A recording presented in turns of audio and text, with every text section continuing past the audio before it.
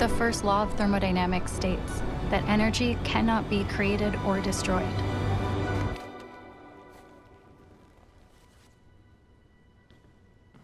But it can be passed on to the next generation.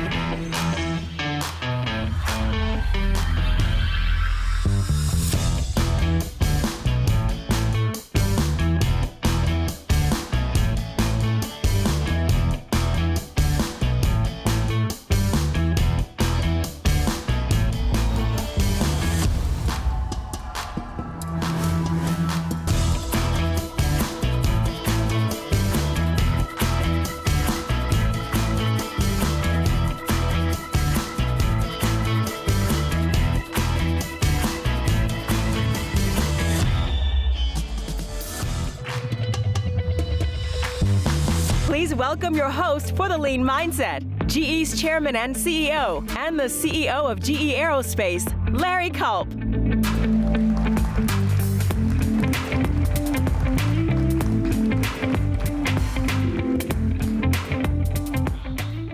Well, good morning. Good morning.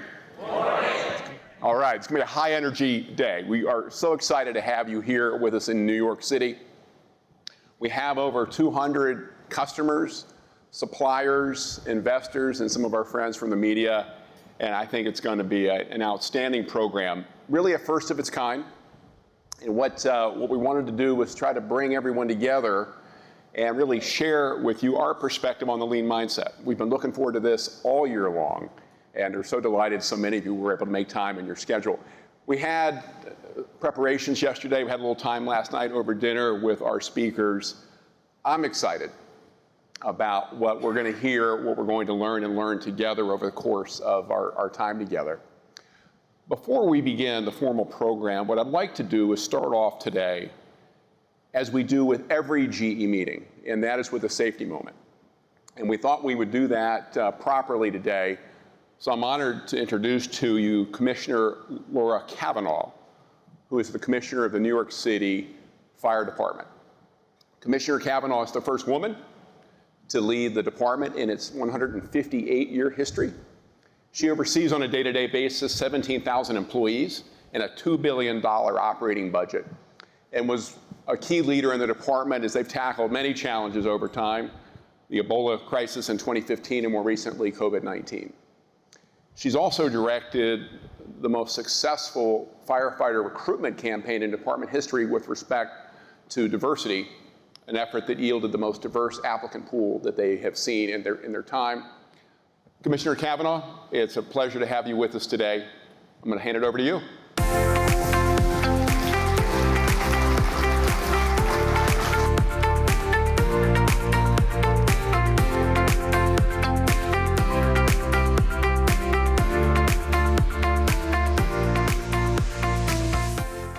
And good morning. How's everybody doing?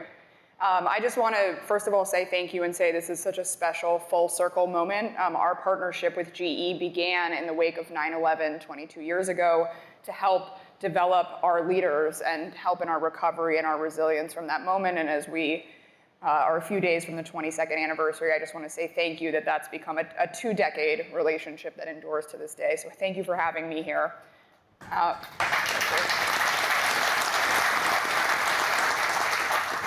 I think as you pointed out when you introduced me, one of the things that's so important to note about the New York City Fire Department is the size and complexity of what we do in a modern environment and a modern city. So not only do we have an enormous workforce, we answer almost 2 million 911 calls a year, and in every single one of those calls, each element is different than it was in the call before. There is no such thing as a protocol that accounts for 2 million calls in a city of 8.5 million people. And so really what I want to talk about today is our safety mindset. I hope nobody's disappointed that I'm not going to regale you with an individual fire story this morning. I know that that's often what people like to see from the FDNY. I will be around later, so if anyone wants one of those, I'm very happy to do it. But safety is at the core of everything we do, and it really is about a mindset. It's about 158 years of doing a dangerous job and understanding how to make safety at the core of our mission. And so I want to talk about what myself and my executive team focus on, really 3 main principles every day. The first 2 we're drawing from the history of our historic organization, and the third is really something that I've developed with my team to address the modern challenges of an organization. So part 1 is that nothing is done alone. Fire department is the ultimate community. It is the ultimate team. And you see some of those things, the things we all love about the fire department, we see them shopping together, living together. But really what it is for them at their core is about the mission to protect their fellow members. So safety is never about them. We actually find often that our members say, I signed up for this. I know I'm doing a dangerous job. I've accepted those risks. But when you say to them, you're responsible for the safety of the people around you, they take that incredibly seriously.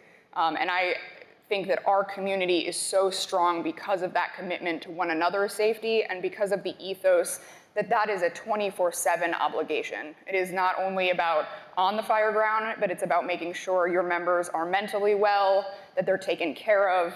If something's happening in their life, that the firehouse shows up for them, and that continues to reinforce the idea that they are responsible for one another's health and safety, both at work and at home, in a 24/7 operation. And that's ethos 1, and we enforce that every day. Every day we talk about the team, how the team is doing, and that trickles down to our firehouses and EMS stations. Secondly is a culture of safety from leadership on down. And what I mean by that is we embrace safety. It is never disciplinary, it is never punishment, it's never something to be embarrassed about if something has gone wrong. We assume something will always go wrong because of what we're doing, because we can't plan for every single emergency that comes up. And so we have developed, again, a 24/7 culture of safety. Every time our members come back from a run, they break down that run and talk about what could have been better, even if everything went fine, even if no one was hurt. If someone is hurt, we do something called close calls, where we actually break down why that was a close call and how next time around we could make sure that that wasn't as serious as it was before. We actually have a website dedicated to close calls that our members regularly go on and review. It is really a culture of safety that we over and over try to embrace in the firehouse to say, tell us what could be better. Tell us how we can reflect on this moment. And we try to bring that into headquarters and do the same as leaders. How could we have done better in the program we executed? And we really see our members embrace that. You see many of the tools the fire department uses to this day have been self-created by members. Many of the tactics and many of the protocols have been put together, ground up by them from these consistent safety reviews that they do as a team day in and day out. So that's really pillar 2 for us, is creating an environment where you not only can talk about safety, but you want to, because you know that every time you break down a job, it's gonna make you safer for the next job. And the third and final one, and this is really about addressing modern challenges that I assume a lot of us also face, is about the culture of our organizations and safety. The fire department is a historic organization with a lot of tradition, but like any organization, it is facing modern challenges, and it can be very hard to adjust to those modern challenges. Whether that is the diversification of our workforce, improving our culture and climate, or facing new challenges like lithium-ion batteries, we need to be a nimble organization. And what we've done is partnered with other fire departments around the country and with universities. And what we have found is the data shows us that there is a direct correlation between a team's unit cohesion, between their culture, their climate, and how well they're getting along, and the safety outcomes on the fire ground. And so using that formula, it's really been a way to connect, I think, what we all want to do as leaders as we change culture and improve culture and try to make a better workplace for our employees, with something that is very relatable to our employees. It's very real. It's the thing they care about most, which is the safety of them and their members. So we have launched an annual climate survey, and we have connected it directly to safety results. And we incorporate mental health, mental performance, injuries on the fire ground, and an actual quantitative measurement of how cohesive the unit is in an individual firehouse. And then we help them assess, and if it's low, make improvements. If it's high, how do they teach others why they've gotten that positive safety rating.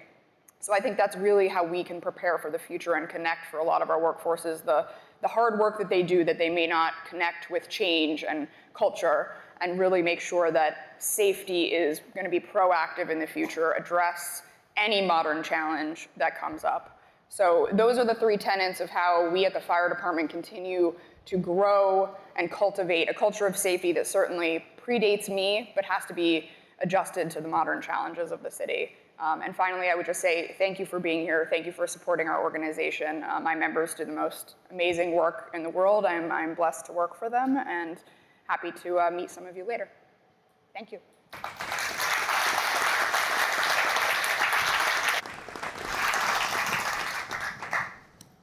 Commissioner Cavanaugh, thank you so much. Now that was a safety moment. And I think very much in that same spirit that you heard Commissioner Cavanaugh talk about in terms of learning, development, innovation, changing the way they work to evolve their culture, it's a wonderful segue, a wonderful introduction to what we're going to talk about today in terms of the lean mindset, the pursuit of progress. As I mentioned earlier, we've never done this before, and I suspect none of you have either. We've got a tremendous speaker lineup, and what we've tried to do to be responsive to a number of questions we have received over time from both customers and suppliers is respond to the question, what is lean, and how do I do this?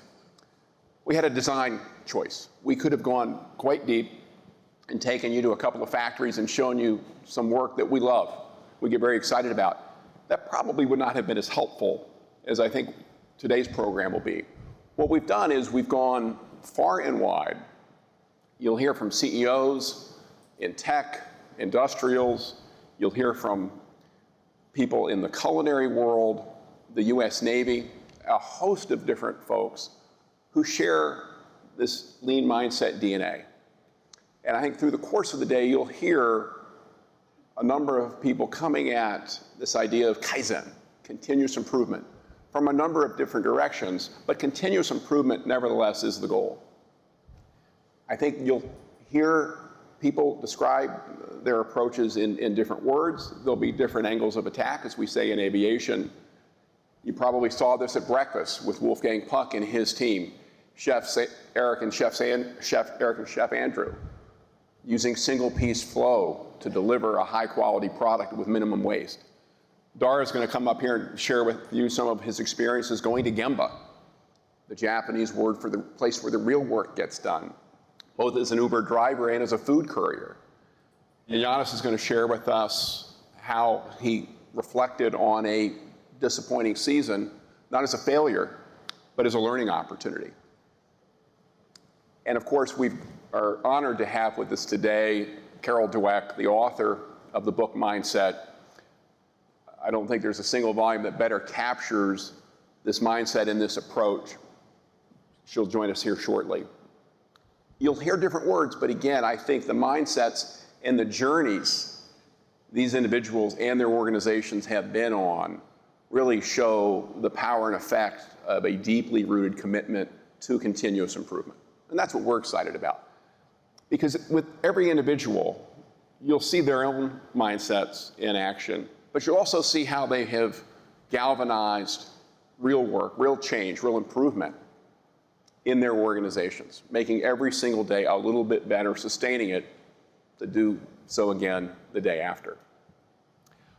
All of our speakers, I think, agreed to be here so that they could also learn right alongside with you. So this is going to be a highly interactive session, and I think you'll see that lifelong learning tendency that they all have, which is part of the reason we wanted them here, part of the reason, I think, for their individual successes, and I hope you see that through the course of our time together here as well.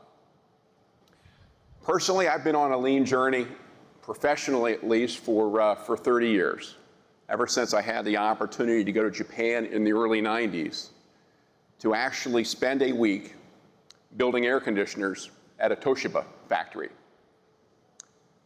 We were working with some of the Japanese masters who had worked with Taiichi Ohno, really the father of the Toyota production system, and there is nothing like being yelled at in Japanese for a full week to really understand what is possible. Fortunately, there was no translation, but I think I got the gist of what they were saying about our efforts. But it was that intensity, it was that discipline through the course of that week, which really was career changing for me. I remember then, and I try to bring to my daily work today, 3 core tenets of the lean mindset. One is the importance of going to Gemba. Again, the place where the real work is done, to serve the operators, the people who do that work, rather than sitting in a fancy conference room or a corner office and thinking you can dictate, right? Being there, seeing, listening, learning, helping, powerful. But we don't all do that. Kaizen, not only a mindset with respect to continuous improvement, but there's a methodology looking for opportunities to eliminate waste, which again, repeated time and time again, really does drive improvements in all sorts of operations, not just a business like GE's. But ultimately, it's about the customer. Everything that we have to do has to be meaningful, has to add value to the customer. And I don't think I fully appreciated that that's what I was learning that week in Japan. But that, to me, really is the lean mindset. Now, in many respects, we were all exposed to that growing up in school, sports, and the like. But in terms of what that can mean professionally, that was a formative week. And that's really why we're here today. We want to make sure that we share our approach and the approaches of others with you in the hope that we can answer those questions as to what is this all about and how might I make it part of my own approach in terms of leading the organizations that I'm a part of. I mentioned that week in Japan. We run those Kaizen events all the time at GE. I remember vividly every one of them. They are really life-changing because you end up learning so much about not only your own operation, but frankly, what's possible and how inspiring it is to be of service to others in those situations. And the results for you CEOs out there are impressive, and frankly, they're addictive. Our mindset is the bigger the issue, the bigger the problem, the better. Because those are nuggets, those are opportunities for us to learn from. And if we don't put them on the table, if we walk past them, there's no way we'll ever fix them. But we've got to create an environment where that is embraced. And that was really the great fortune I had spending 25 years at Danaher, over half of that time as CEO. That was the culture that we had. Going to Gemba, observing, listening, and then working very hard to make sure we were driving improvements. And we would go to some extremes in that regard. We were in the dental business at one point. Vicente Reynal, one of our speakers, was there with me. I actually went through an adult orthodontia treatment case for about a year to go to Gemba, right, to understand both our caregiver and our patient experiences. I learned a lot. You judge my teeth later. But that's the sort of intensity that we like to bring at GE. And if we take a look at what we're doing at GE today, it's very much, I think, with that mindset. Step back for a moment. Over the last 5 years, we've had a simple strategy in effect. We've had to dramatically deleverage the debt levels of the company and improve our overall operating performance. It's been that simple, and it's been that challenging. But I couldn't be more encouraged by the progress that the GE team has made embracing lean to drive that improvement. Day in, day out, really from the bottoms up, business by business. This has not been top down. And when you look at the transformation of the company and the results, both in terms of the deleveraging and the operating performance, lean is at the core of all of that. Commissioner Kavanaugh mentioned culture. More importantly, it's the way we have gone about building a culture of humility, transparency, and focus. I say building, we're not done, but that is very much the path that we're on. We aspire to that culture, but as you heard earlier, you can't just talk about it. Our view is you have to change the way that you work, and lean is the way we have gone about that, right? It's that relentless daily pursuit of performance, improvement, in areas where we're doing well, in areas where perhaps we have fallen short. Coming at those opportunities with equal vigor, be it in safety. And I took a number of notes from Commissioner Kavanaugh's comments. Delivery, both in terms of on-time performance and reduced cycle times. Quality, productivity, or cost, right? Our mantra is SQDC in that order. We want to make sure that we're constantly driving improvements, never satisfied with where we are. We know that the customers in the audience demand that of us. We know that our investors do the same, and frankly, we demand it of each other, right? Those are the expectations that we set. Lean is the way we go about delivering. And it's not, again, in solely the realm of manufacturing. Oftentimes people think lean, they think Toyota, they think, well, that's great in a factory. We use this approach everywhere.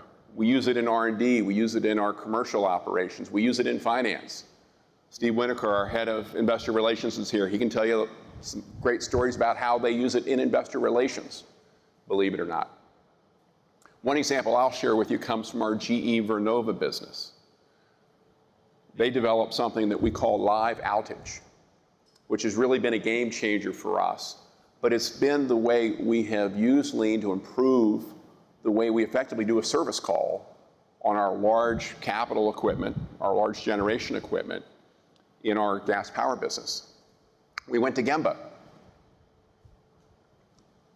We listened to our field service engineers, our technicians. We observed the work that they do, really looking for those opportunities to eliminate muda, eliminate the waste. We've used a value stream map to look at all of the workflow from the time those parts were ordered to the time that equipment was turned back on. And we just found a wealth of opportunity to reduce waste, right? The unnecessary steps. The packaging that we used to ship the parts never had the technicians on the receiving end in mind. Big win there, let alone the digitization of a massive paper trail. The team was, as you could well imagine, energized because their work became easier and more productive, and our customers loved the fact that we were able to do the work in a higher quality way in shorter time. And guess what? Lower cost as well. And those are the examples that are really at the heart of the transformation of our GE gas power business. We're running live outage more broadly, trying to scale that, but also throughout GE Vernova and our other businesses. That's the sort of approach across the organization. Again, looking at this as a journey with no finish line in the spirit of continuous improvement, but one where we've made a lot of progress. And that's what today's all about. We're coming up on 5 years. In my time with the company, it has been a great joy, a great honor to see this change, to see this team through it. And we're really on the verge of probably the most significant change in recent times, and that is the separation of our business into 3 standalone public companies. I'm really thrilled to have with us today Pete Arduini, who runs our GE Healthcare business, a standalone public company as of January, and Scott Strazik, right behind Pete, who will take our GE Vernova business public sometime early next year. We're reminded on a daily basis of how important lean is, really because of the work we support, the work we observe on the part of GE colleagues all around the world. Just a quick shout out to them. We are grateful for everything that they do, that they're doing, will do in the future, very much with a lean mindset. So with that, what do you say? Let's get started. She is one of the world's leading psychology researchers in areas that include motivation, why people succeed or don't, and how to foster success. Her acclaimed work on growth mindsets has shown the profound effects of believing that human attributes, like intelligence, are moldable and not fixed. Carol Dweck is the Lewis and Virginia Eaton Professor of Psychology at Stanford University. She has won more than a dozen Lifetime Achievement Awards, been elected to the American Academy of Arts and Sciences and the National Academy of Sciences, and addressed the United Nations. Dweck's pioneering growth mindset research has led to important innovations in schools and businesses that increase creativity and productivity, as well as inclusion and equity. Her book, Mindset, has sold over 7 million copies worldwide and is part of the inspiration for this event. Please welcome Carol Dweck to the stage.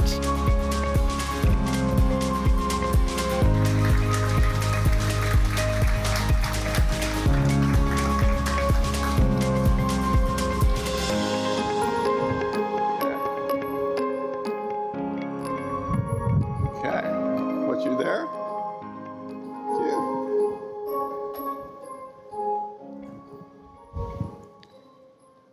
I can't believe it. We're doing this.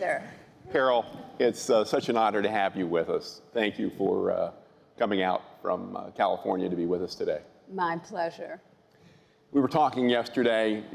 I read your book years ago, reread it recently, and it was just one of the more powerful books, I think, that I've ever come across relative to what we've talked about so much already this morning, and this idea that people with the right mindset, a growth mindset, regardless of where they come from, really can do great things.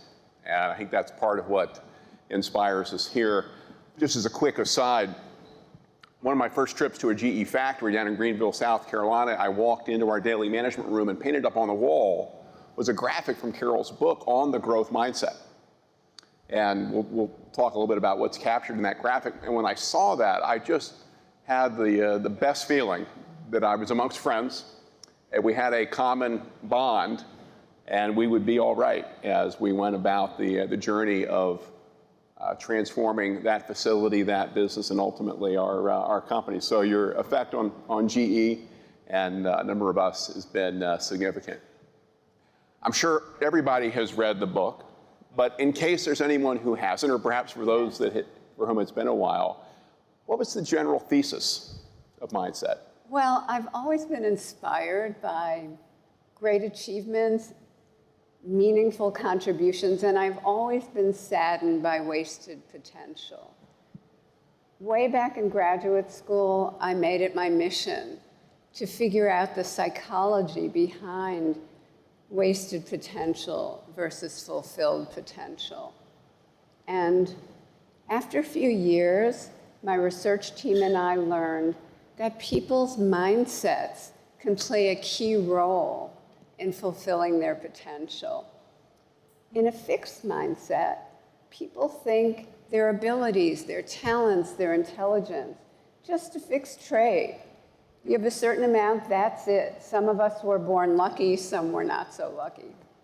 But in a growth mindset, people believe that your abilities, talents, intelligence can be developed through effort, but not just effort, through strategies, through help, mentoring, collaboration with others. It's not that everyone's the same or everyone could do anything, but it's that everyone has this potential for growth. And we never know beforehand how much they can grow and what they can become. So that fueled the research. What then triggered the writing of the book?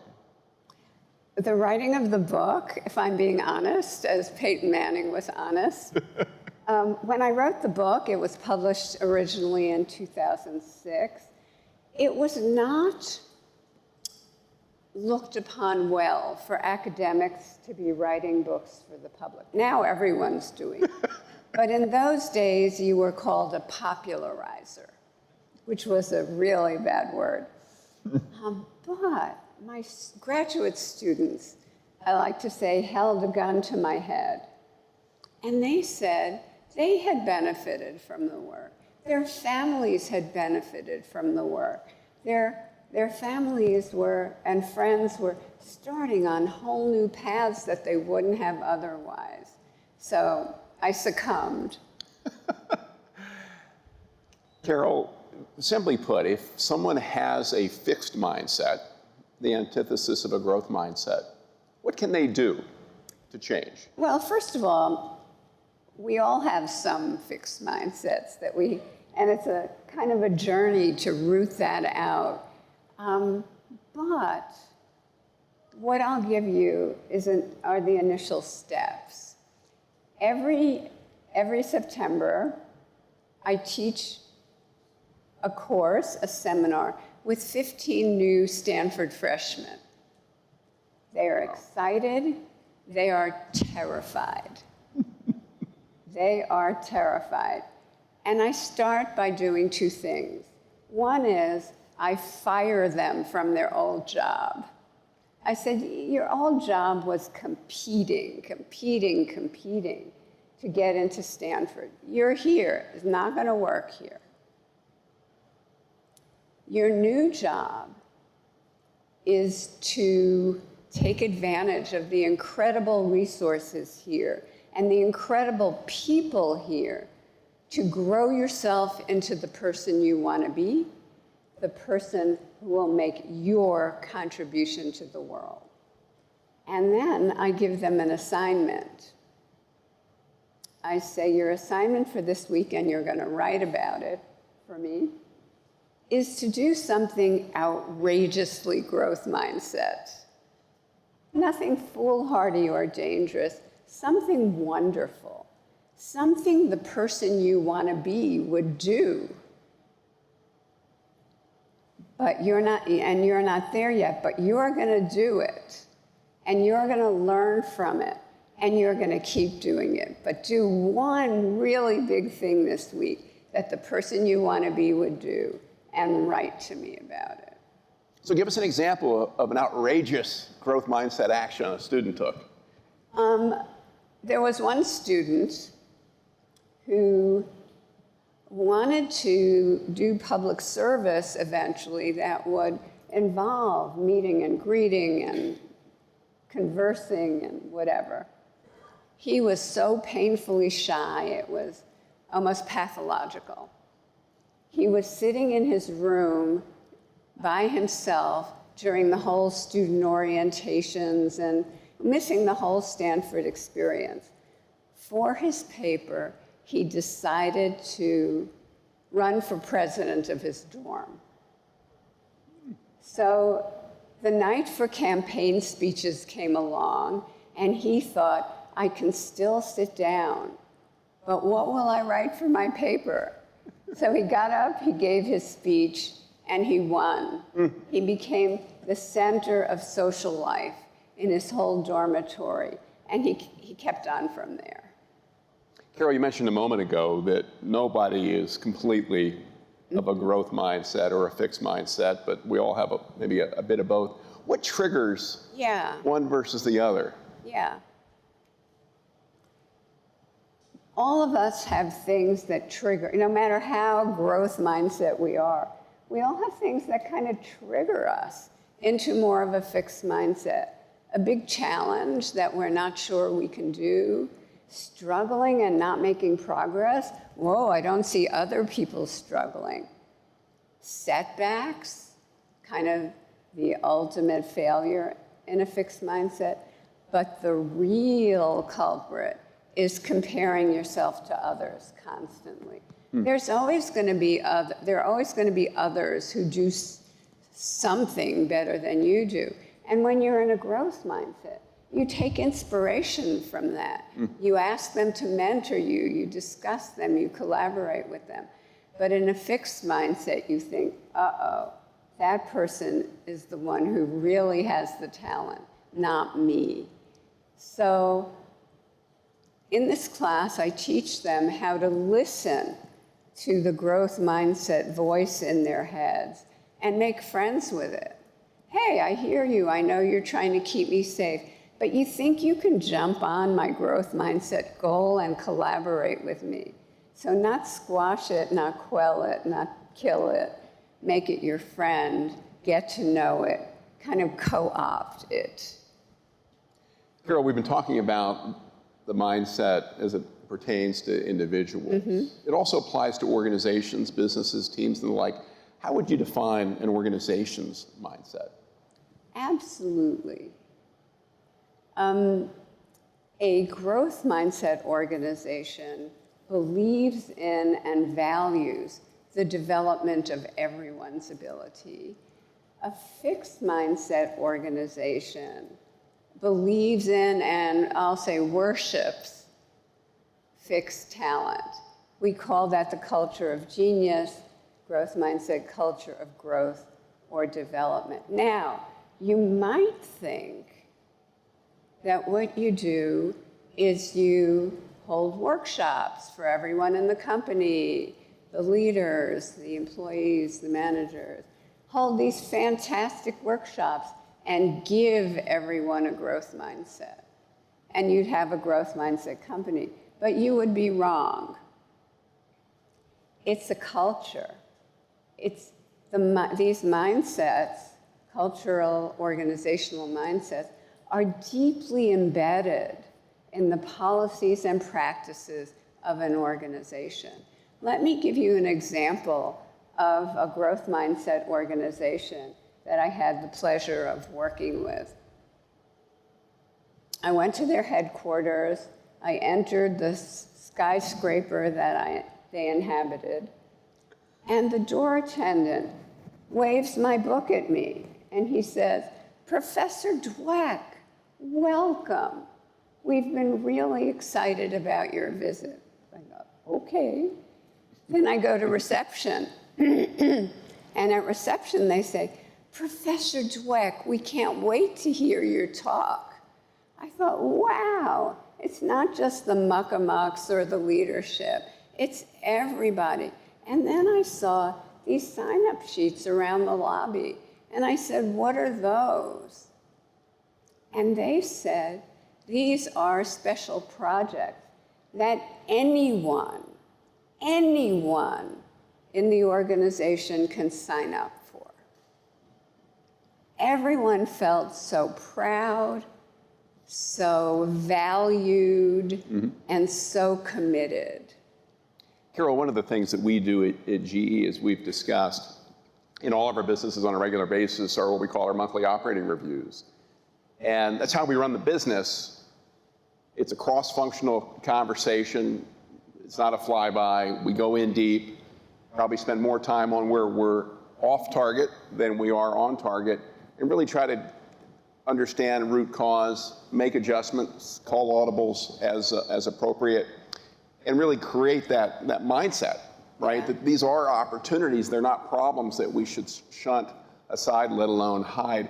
What are some other things you've seen organizations do to really try to drive this growth mindset? I've seen organizations do extreme versions of that, and I'm sure you do too. For example, they don't just go to Gemba. They have programs within the company that identify talent in places they never would have looked for it. And some of the leaders emerge in that way. So Microsoft has annual hackathons.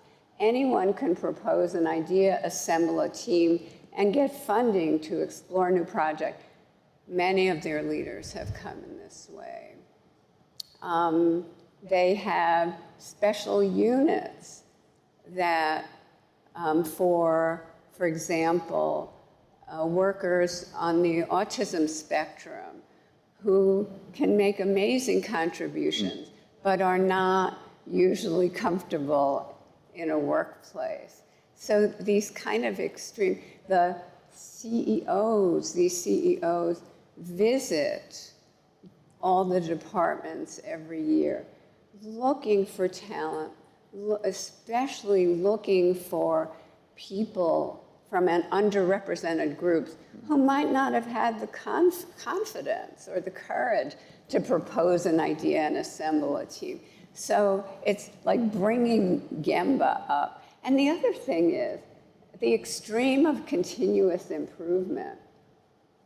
When Satya Nadella became the CEO of Microsoft in 2014, he not only looked for continuous improvement, they weren't doing that well at that point, he decided to pursue failure. And what I mean by that is he created, I think it was 4 projects, but don't quote me, that were costly, high risk. But if one of them succeeded, it would be a game changer. And one of them did succeed and put them at the forefront of cloud technology, brought them into prominence again. So these kinds of extreme versions of growth mindset are really impressive. Carol, you heard Peyton talk earlier about complacency.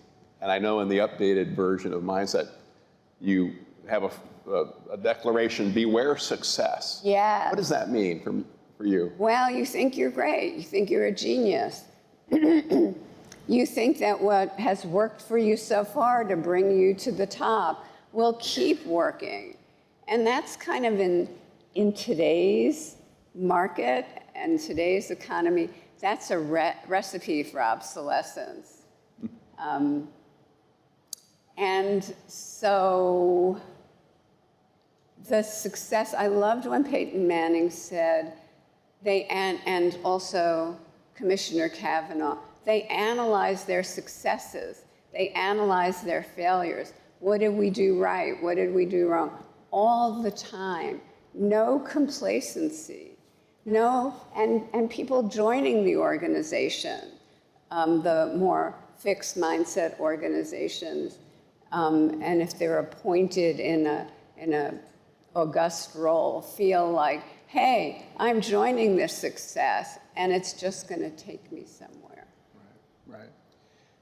Carol, you've been around a lot of growth mindset leaders. What are some of the other common characteristics and traits that you see? So the boldness, the looking for talent.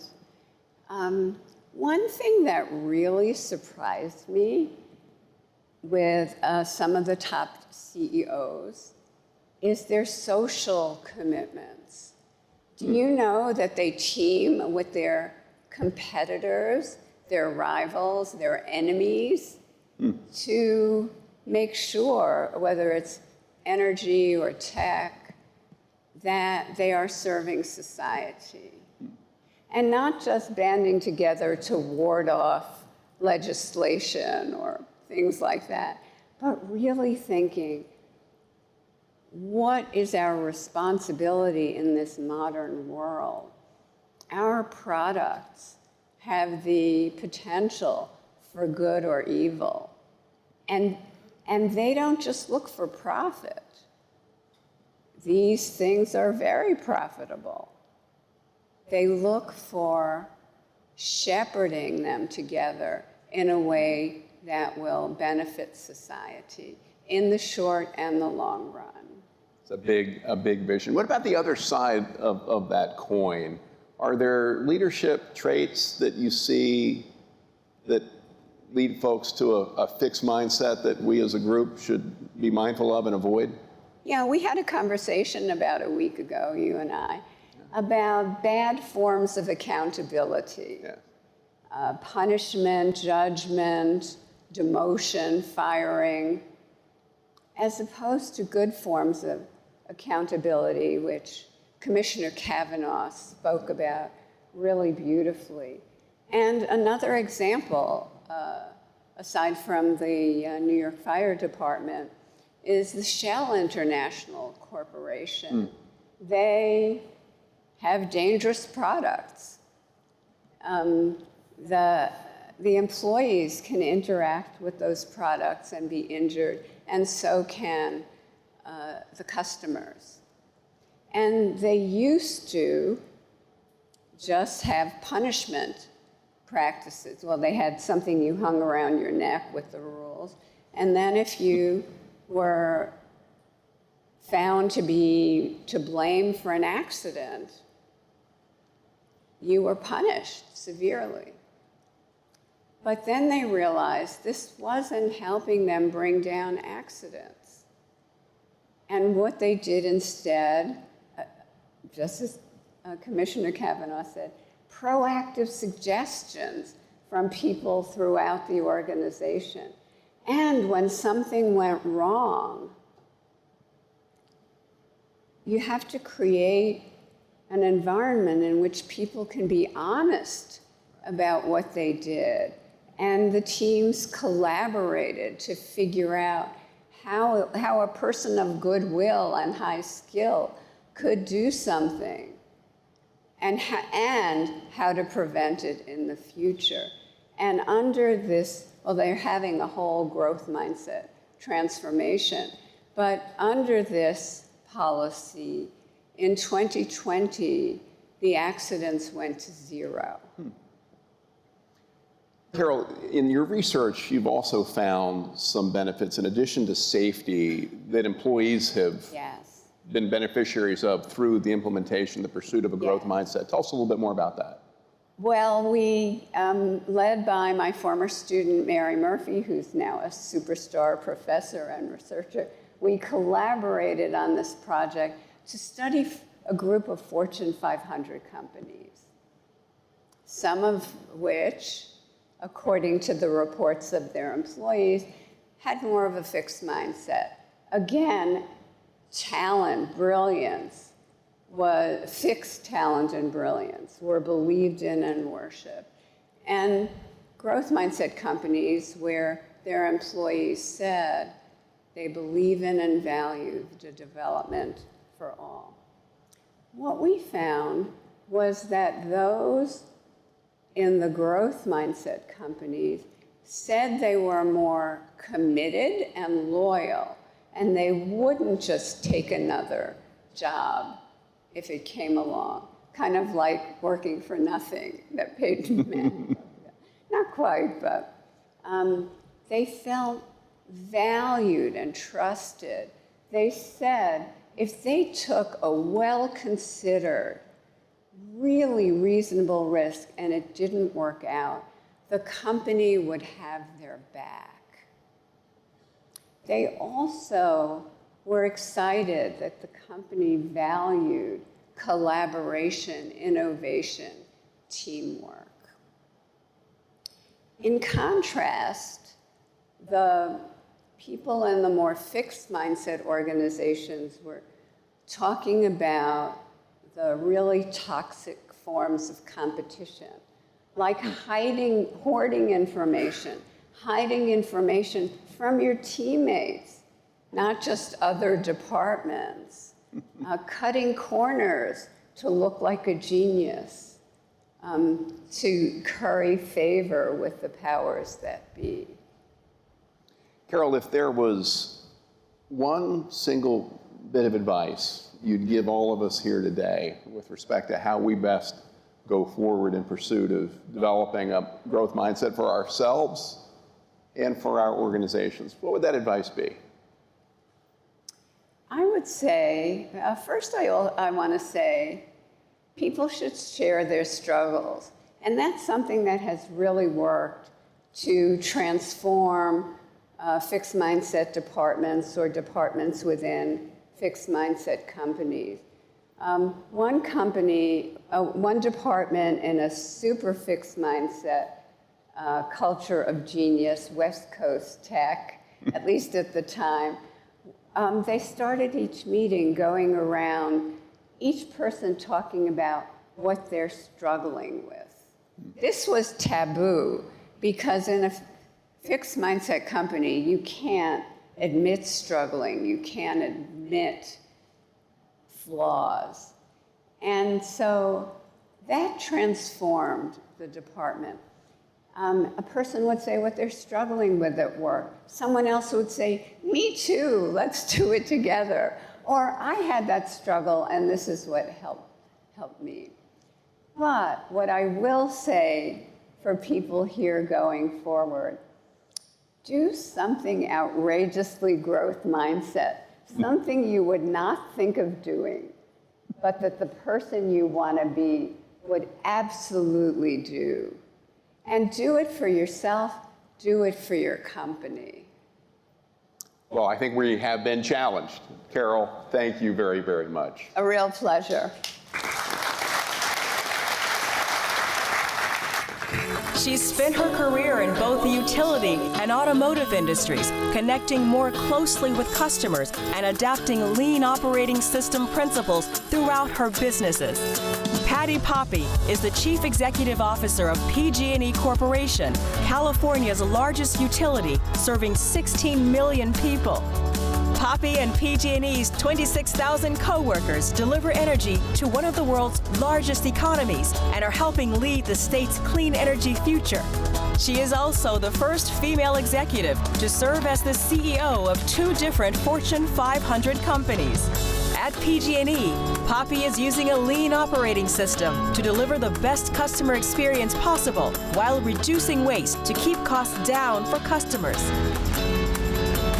Please welcome Patti Poppe and this session's moderator and GE Vernova CEO, Scott Strazik.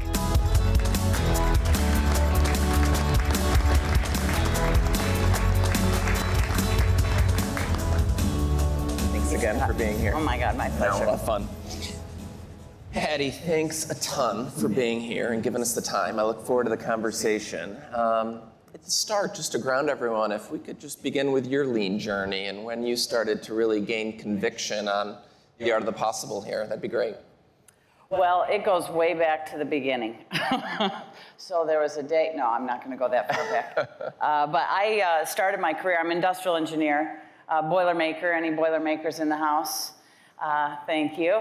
Yeah, I started in automotive at General Motors, and at a great time when we were just really getting serious about quality and lean, and I had the privilege of learning there for 15 years, always in operation, building cars, implementing lean from the ground up in some of the best facilities and some of the scariest places.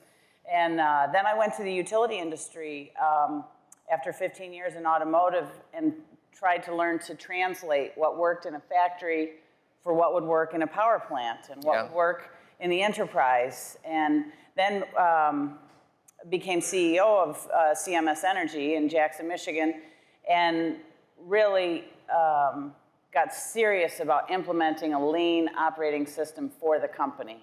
And we learned a lot, and now at PG&E, when I took the assignment at PG&E 2.5 years ago, I knew that lean was going to be essential to the turnaround to truly bring order to what felt like a very disorderly situation, a very dire situation.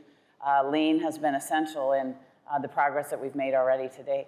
So these are three very different comparisons between GM and auto to consumers to now what you're doing at PG&E. And if we kind of camp on that journey a little bit and you compare lean and automotive to kind of the questions you had to ask, the approach you took at consumers first with a compare and contrast, how did you go about that and how different was it? Well, I think one of the biggest differences, and I remember I was hiring an executive who had come from automotive. He and I had worked together, and I was at CMS Energy, and I brought him to the window in our office complex, and we were looking out the window across the community, and I said, that's our shop floor. So it's a totally different shop floor. One of the things that was the great benefit in a well-designed lean operation was being able to see the work. And Gemba has a completely different understanding when you cover 2/3 of California. Gemba is a different kind of challenge. And so that was a big change for us. And what that requires is a workforce that has an extremely high level of ownership, because we don't have a 1-to-1 ratio worker to supervisor. So the workforce who is out all across California today, serving our friends, our families, our neighbors, has to be equipped to make great decisions, has to have the skills and also that lean mindset to do it in the lowest cost way. So that's a totally, wholly different kind of challenge from being able to see an assembly line and address the problems as they happen. So you have that challenge with Gemba that's a state. You come to PG&E that's in a challenged environment, and you're trying to build an operating culture and implement lean. It must have been different trying to start at PG&E relative to when you started at CMS. Can you share a little bit of that and how you've had to go about it differently? Well, I think one of the things I learned both at CMS and then carried with me to PG&E is that it's often, and I'm sure those of you who have done lean implementations or have been working to implement lean know that people can get confused about the tools, and it can be tools for tools' sake. And what we had learned and designed then was a very simple playbook that wasn't about the tools, but it was about the mindset. It was about the culture. It was about creating simple rubrics for people to be able to lean, a place to lean and learn from. And so we have a basic 5-play playbook that includes visual management. Adult learners need to see.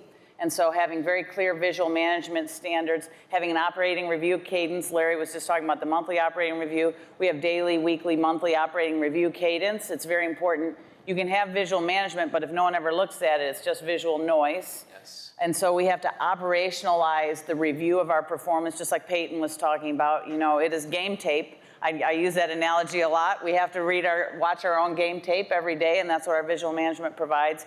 Problem solving, standard work, and then our 5th play is waste elimination. And it's all about creating visibility and ownership of the business where the work is happening. So we've spent a lot of time this morning just talking about culture and how to build a culture that can really be the talent to make this work. And I've heard you talk about the heartbeat of improvement, the heartbeat of progress every day. Let's go there if we can, just on how you pull that out of the organization and what's easier and harder about it.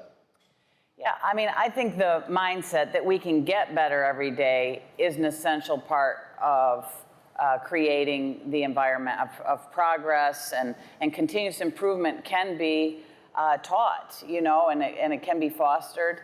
I loved what Carol was talking about making it safe for people to speak up when things go wrong, making problems visible. That's been a big challenge for us, I think, at PG&E. And it is, I think, a challenge everywhere, that it can be scary when you have a whole new management team, which we did at PG&E, to tell that brand new management team where the problems are. I mean, people want to show their value, people want to be respected. And so to create a safe environment where red is good, as I say very often, creating that culture that we can share where we have opportunities to improve, and then support the team in the problem-solving skills, so they not only have the will to improve, but the skill to improve, is a very important part of the journey for us. And I think that plays in a lot when you talk about leading with love and creating a culture and an environment where people are comfortable to elevate and wallow in the red with you.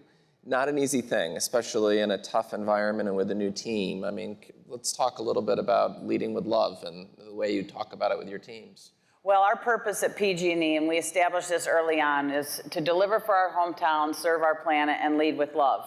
And people get the deliver for the hometowns, they buy the serve our planet, but they do look a little, you know, people generally think love at work, what is that all about? And I think a couple things about love at work. One, hearing from the professional athletes today, I think it's very clear when we watch professional athletes compete, they have a full expression of their emotions in their execution of their jobs, as I like to say. And I have this picture that I've had for many years, even before I went to California, of the Golden State Warriors. I'm a Warriors fan. I love the culture that Steve Kerr has created and the players on the team. But there's a picture of the bench of the Golden State Warriors that I hang on my wall that is, they're in each other's arms, they're falling, they're laughing. And what I love about the picture is it was taken during a regular season game. It wasn't the playoffs. It was a regular season game. Somebody had some great shot out on the court, and the bench was as excited as the guys on the court. And I tell my teams all the time, that's what I want for us. Like, we have a great regulatory proceeding. I want the operations guy in the arms of the engineering guy and the HR team celebrating when we have a great outage restoration. You know, that they're a full expression of our emotions. Why is that constrained to an office? Why do we say that's not allowed at work? Why can we not love what we do? Why can we not have the full expression of loving the people that we do that work with? And at PG&E, I tell my team all the time, look, we do something way more important than put a ball in a net. We're saving lives. We're making California safe. We are providing the essential energy that powers our economy. We're preparing for a decarbonized economy. This is the most important work in the world. Why can we not have our full expression of our emotions in the execution of that work? Are there examples tools you've used to teach teams to be more comfortable with that in professional settings in these dynamics that you've leveraged multiple times? Yeah, well, I think people get it when it comes to safety. Yep. And we heard the fire commissioners say today that people are more comfortable saying, oh, okay, it's my job to keep my coworkers safe. And so in this scenario, when we love one another, the greatest expression of that love for another is to keep them safe. And to say, hey, wait, time out. I'm not sure we've got this right. That's the greatest expression of love in the workplace that we can think of, and we talk about that a lot. And when you talk about that, people really understand that. And, you know, I'm sad to say that, you know, in the handful of times that I have attended the funeral of a coworker who died on the job, there is full expression of the love of that coworker after the fact. And I remind my team, we have to love them before the fact to prevent the fact. And there is a great place for love in a workplace of any kind, but particularly in a high hazard workplace where the work that we do is hazardous but does not have to be dangerous if we follow our standards, if we keep our procedures, and if we communicate with each other to keep each other safe. So I think there's a great presence of love in the workplace. People just don't recognize it, and they have to be, we have to connect the dots.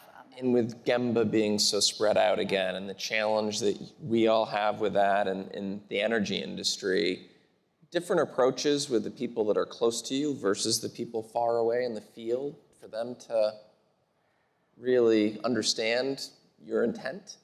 Well, I think that's definitely true, though I will say I work very hard to spend a lot of time in the field. Yeah. I tell people I'm a lot happier in a pair of boots than a pair of heels, which might make me the right CEO for PG&E at this time.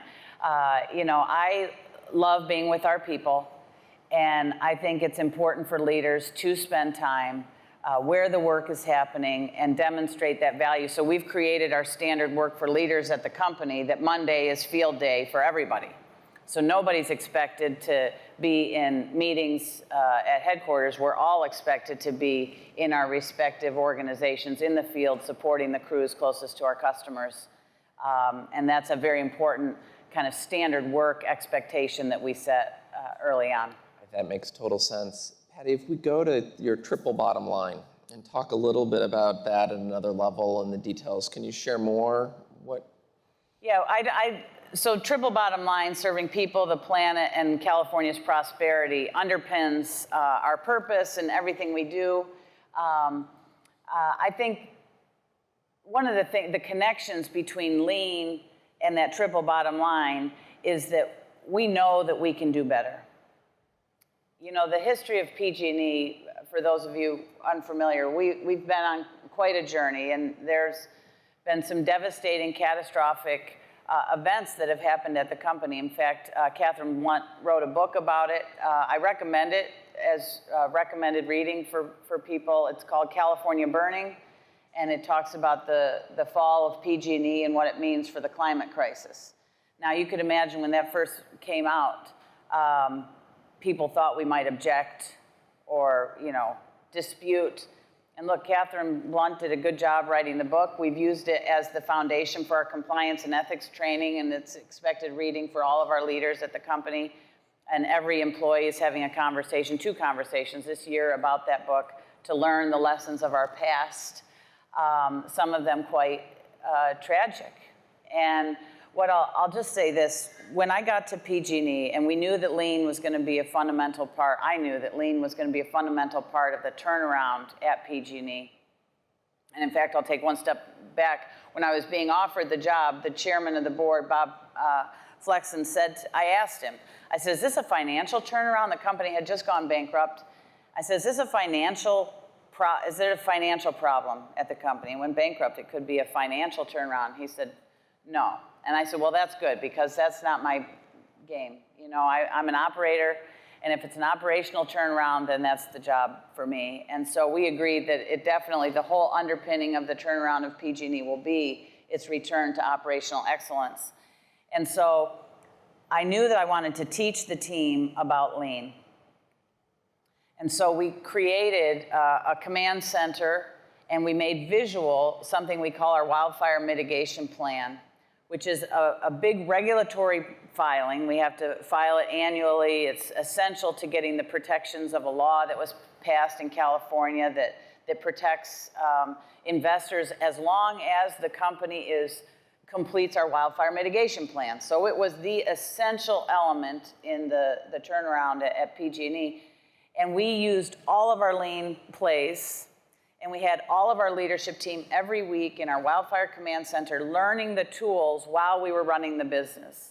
And I think that was very essential to the deployment of the lean methodology, the being able to teach, it wasn't theoretical. We weren't sitting in a classroom. Yep. We were learning on the most important thing that we could do. And we created this mantra because I was maybe 4 months into the job and feeling a little overwhelmed. And as Peyton said, overwhelmed is not a good feeling. That's not a good feeling. And I was feeling a little overwhelmed by the seriousness of the whole thing. And I mean, we had pled guilty to 84 counts of manslaughter. And I was thinking, how do I deal with that pressure? What happens next? You know, there's so many things out of our control. And then I thought to myself, who would understand? Well, a military leader would understand. They deal with that every day. So I remembered on my board, I had a 4-star admiral, Mark Ferguson, he's CNO of the U.S. Navy. He knew a little something about these matters, so I called him up and I said, Mark, how am I supposed to think about this?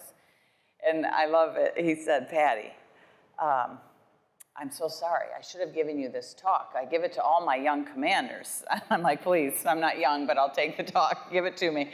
And so he gave me the talk that basically said this: do you know, as a leader, that it's safer today than it was yesterday because you are there? And I knew that because our Wildfire Command Center was making visible what our actions were, and it was holding us accountable, and we were able to deliver what we said we had to deliver. It was challenging. There were days that we had problems to solve, but we were solving them together. So yes, it was safer because I was there. And he said, well, then real leaders thrive in that environment. Heartbeat of improvement. Okay, heartbeat of improvement. This is me thriving. When you're there and you're at that moment, or today for that matter, and you're implementing this system and pacing it with the pressure that you feel, but not being able to do everything every day and get everything the way you wanted, have you paced the implementation of this system? Yeah, I think it starts with these simple plays. We don't have a play. There's 1,000 plays in a lean playbook. We pick 5, and we're relentless about that. 2 years, we actually started with 4. We just added the 5th one this year. And so we're pacing with a very simple rubric that leaders can utilize. But I'll tell you, I had a great experience a couple weeks ago. One of my leaders, who's he just leads a very important part of our business. He's leading all of our undergrounding and all of our major projects and all of the inspections that we do. And essentially, the Camp Fire in Paradise, California, that burned the town to the ground and actually was the root of PG&E's bankruptcy and tragic, tragic outcomes for the people of California, was a failed inspection of a C-hook, a little piece of metal this big failed on a large transmission tower. And at the heart of it, it was a failure of inspecting our assets and taking appropriate actions. You could consider it a needle in a haystack, but that's what we have to prepare for and deal with. And so our inspections program is a huge part of our business operations. And I went to see the team and how they had laid out now we've cascaded these command centers to our most important things. We have this command center for inspections, and the team had these hypotheses, and they were deploying scientific thinking to test, are we inspecting the right things? And as we inspect them, are we handing off the information in a way that's most useful, so we had the proper process flow? And they had these hypotheses, and one of the hypotheses that I got pretty excited about was this idea that perhaps our visual inspections are not sufficient or adequate. So we inspect power poles. We've got millions of them. And we have qualified electric workers who walk by those power poles today and make a determination that one might fail, so I'll write a tag. Well, they went out and confirmed they did a test, which was so smart. They didn't just change the program. They said, let's go test our hypothesis that perhaps we're over-tagging these poles. Yep. They went out, checked 23 poles, all had been marked to be replaced. It turned out 19 of them, using more sophisticated tools, you can do core sampling and drone photos and have a more sophisticated review of that pole. 19 of the 23 were good, did not need to be replaced. That was a $500,000 savings that day. You can imagine, cascade that across our millions of poles. we're talking about hundreds of millions of dollars of potential savings and keeping the system safe, which is always number one. And so I got very excited about this team who was deploying the tools and realizing that Lean was helping them serve their neighbors, their friends, their families better, faster, safer, less, more affordable, less expensive. And when you see those moments, you know the pace is right. Like the pace is right. And we just are extremely tenacious about deploying the tools, enrolling people, and then putting the challenge out to the teams where we see the biggest opportunity. And sometimes I think with Lean deployments, it turns into a tools for tools' sake, and check the box, we did this many events, we did this many implementations, but talk about real results. SQCDM, let's do it all day long. We add morale to the SQCD, but we think that the pace is driven by the business demands, and so where you need improvement is where you deploy that playbook most aggressively, and it's been extremely helpful. I can say as a result of all of our wildfire mitigation work, last year we had a 68% reduction over the previous year's average in ignitions that resulted in a 99% reduction in acres burned, which for our company is an existential threat, and for the people of California. This year, with additional technology deployments, we have reduced those ignitions from our 3-year average 50% more, and we've reduced 94% of the wildfire risk that exists in our service area in just the last 3 years. And we feel very good about that, and that gives us now permission to work on the rest of the business with a lot of vigor. Well, I think those operational examples of progress are motivating for all of us to hear about. I think the cultural way in which you're driving it certainly motivates me as an aspiring leader. Patty, we feel really fortunate to have you in this role and to partner with you in every way we can. I just think you use the words in different moments during our time together, versions of what we'll sometimes talk about with fake lean, doing the tools for tools' sake, measuring but not kind of getting at the heart of the culture that then can really have a tipping point in the field. And with the journey that you're on and driving, I know you're making a ton of progress, and we're excited to see it and to support it. And again, feel fortunate to have you here today sharing everything that you're doing, but to have you in this leadership position for California and for the country and the world. So thank you. Thank you, Scott. Thanks so much. Everybody. A veteran of the hyper-competitive automotive industry, he has been solving problems, defining actions, eliminating waste, and delivering results for decades. Jim Farley is the president and CEO of Ford, where he is transforming the company using a lean operating system and a keen focus on customers and innovation. Ford's goal is to lead the automotive industry's digital and electric revolution. Under Farley's leadership, Ford has boosted investment in electric vehicles to more than $50 billion and has set ambitious targets for scaling global production capacity.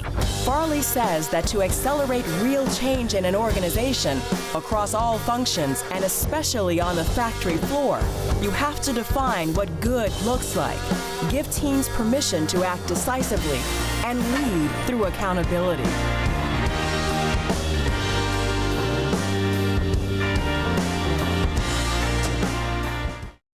Uber has become globally synonymous with getting where you need to go without driving yourself and delivering dinner or groceries when you don't feel like going out.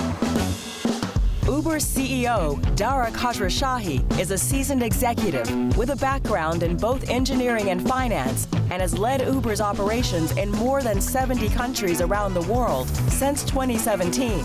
Prior to Uber, he was CEO of Expedia, growing it into one of the world's largest online travel companies. Following driver shortages as COVID lockdowns were lifted, Khosrowshahi went to Gemba and moonlighted as an Uber driver and delivered Uber Eats on an electric bike in San Francisco. Some of what he found during those trips has helped shape an improved experience for Uber drivers and bike delivery personnel. He says his time driving and delivering on the Uber platform was a wake-up call. Please welcome Dara Khosrowshahi and Jim Farley.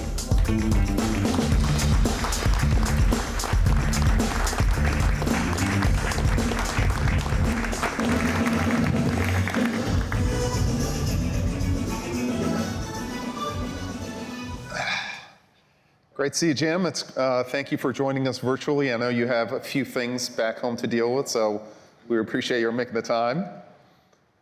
It's so. Thank you, Dara, for allowing me to join in. I apologize. The UAW contract, as you said, is like right on the doorstep. So I just couldn't get there, but it is awesome to see you. And for folks who don't know, Jim and I have known each other since both of us took over as CEO, and while we're two very different kinds of companies, we both work in the automotive sector or transportation sector in different ways, and we have been, one of our goals, or one of my goals has been to work closely with Ford and with Jim, and we recently announced a partnership with the Ford Drive program. One of the biggest issues that we have in terms of Uber and getting drivers onto the platform is that generally a third of our drivers don't have the financial wherewithal to go out and buy a car. More importantly, as we're thinking about this transition to the electrification of our transportation system, it becomes harder to make the economics work in terms of getting drivers to choose an electric car. So our team put their brains together with Jim's team and came up with a Ford Drive program where essentially our drivers get to lease short-term the Ford Mach-E's, which we're going to talk about, which are one of the most awesome cars in the world, for a month to 4 months and lease them directly from Ford. It's a first time when we've had this kind of a program directly with an OEM, an auto manufacturer, and it definitely was a part of Jim pushing his team to get a little uncomfortable, to really innovate, which gets us to the discussion that we're going to have as far as innovation goes.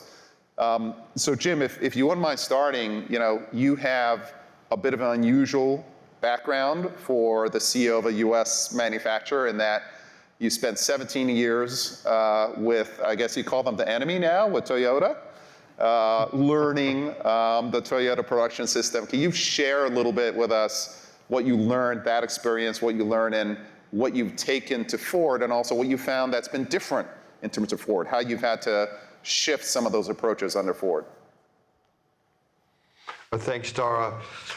I actually decided not to go to Ford. My grandfather was an hourly worker for the company in the early 1900s, and so there's a lot of pressure on my family if I was going to automotive. I had to go to Ford, and I purposely didn't go to Ford because I was very attracted to Toyota. There were 4 of us who were working on Lexus, the beginning of Lexus, before it came out, and I thought it was a great opportunity. And my family back in Michigan didn't talk to me for several years. No joke. It was really, I kind of got a divorce from my family going to Toyota. But I love the company because it's a bottom-up company. I mean, they are so deep into lean that the Toyota way is something you're taught immediately you get in the company, and pretty quickly there is no wiggle room about how you operate even as an entry college hire. Lean, Gemba, Kaizen, PDCA, all of these concepts are something that you live by. And as you get more senior at Toyota, you actually do less because the whole bottom of the company runs the place. And as you said, Ford was totally the opposite. One of the reasons why I didn't come here, but in 2008, when we all saw what was going to happen in the U.S. industry, I had the opportunity to join Alan's leadership team and come here because I just didn't want to see the company. I wanted to do my part as an American to make sure Ford survived.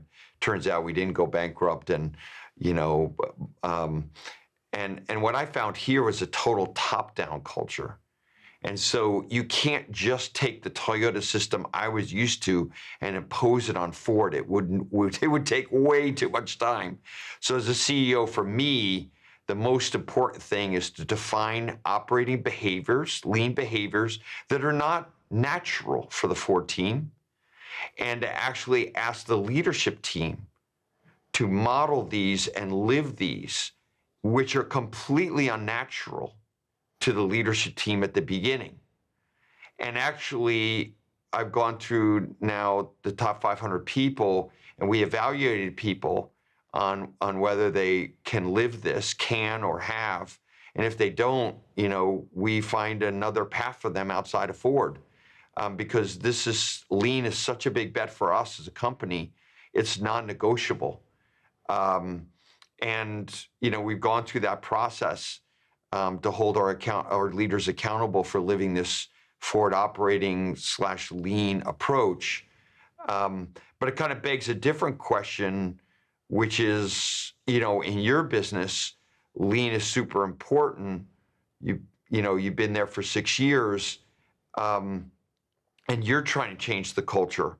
And I saw in the intro your Gemba moment. I did 1,100 miles with an electric Lightning this year, because that's natural to me coming from Toyota.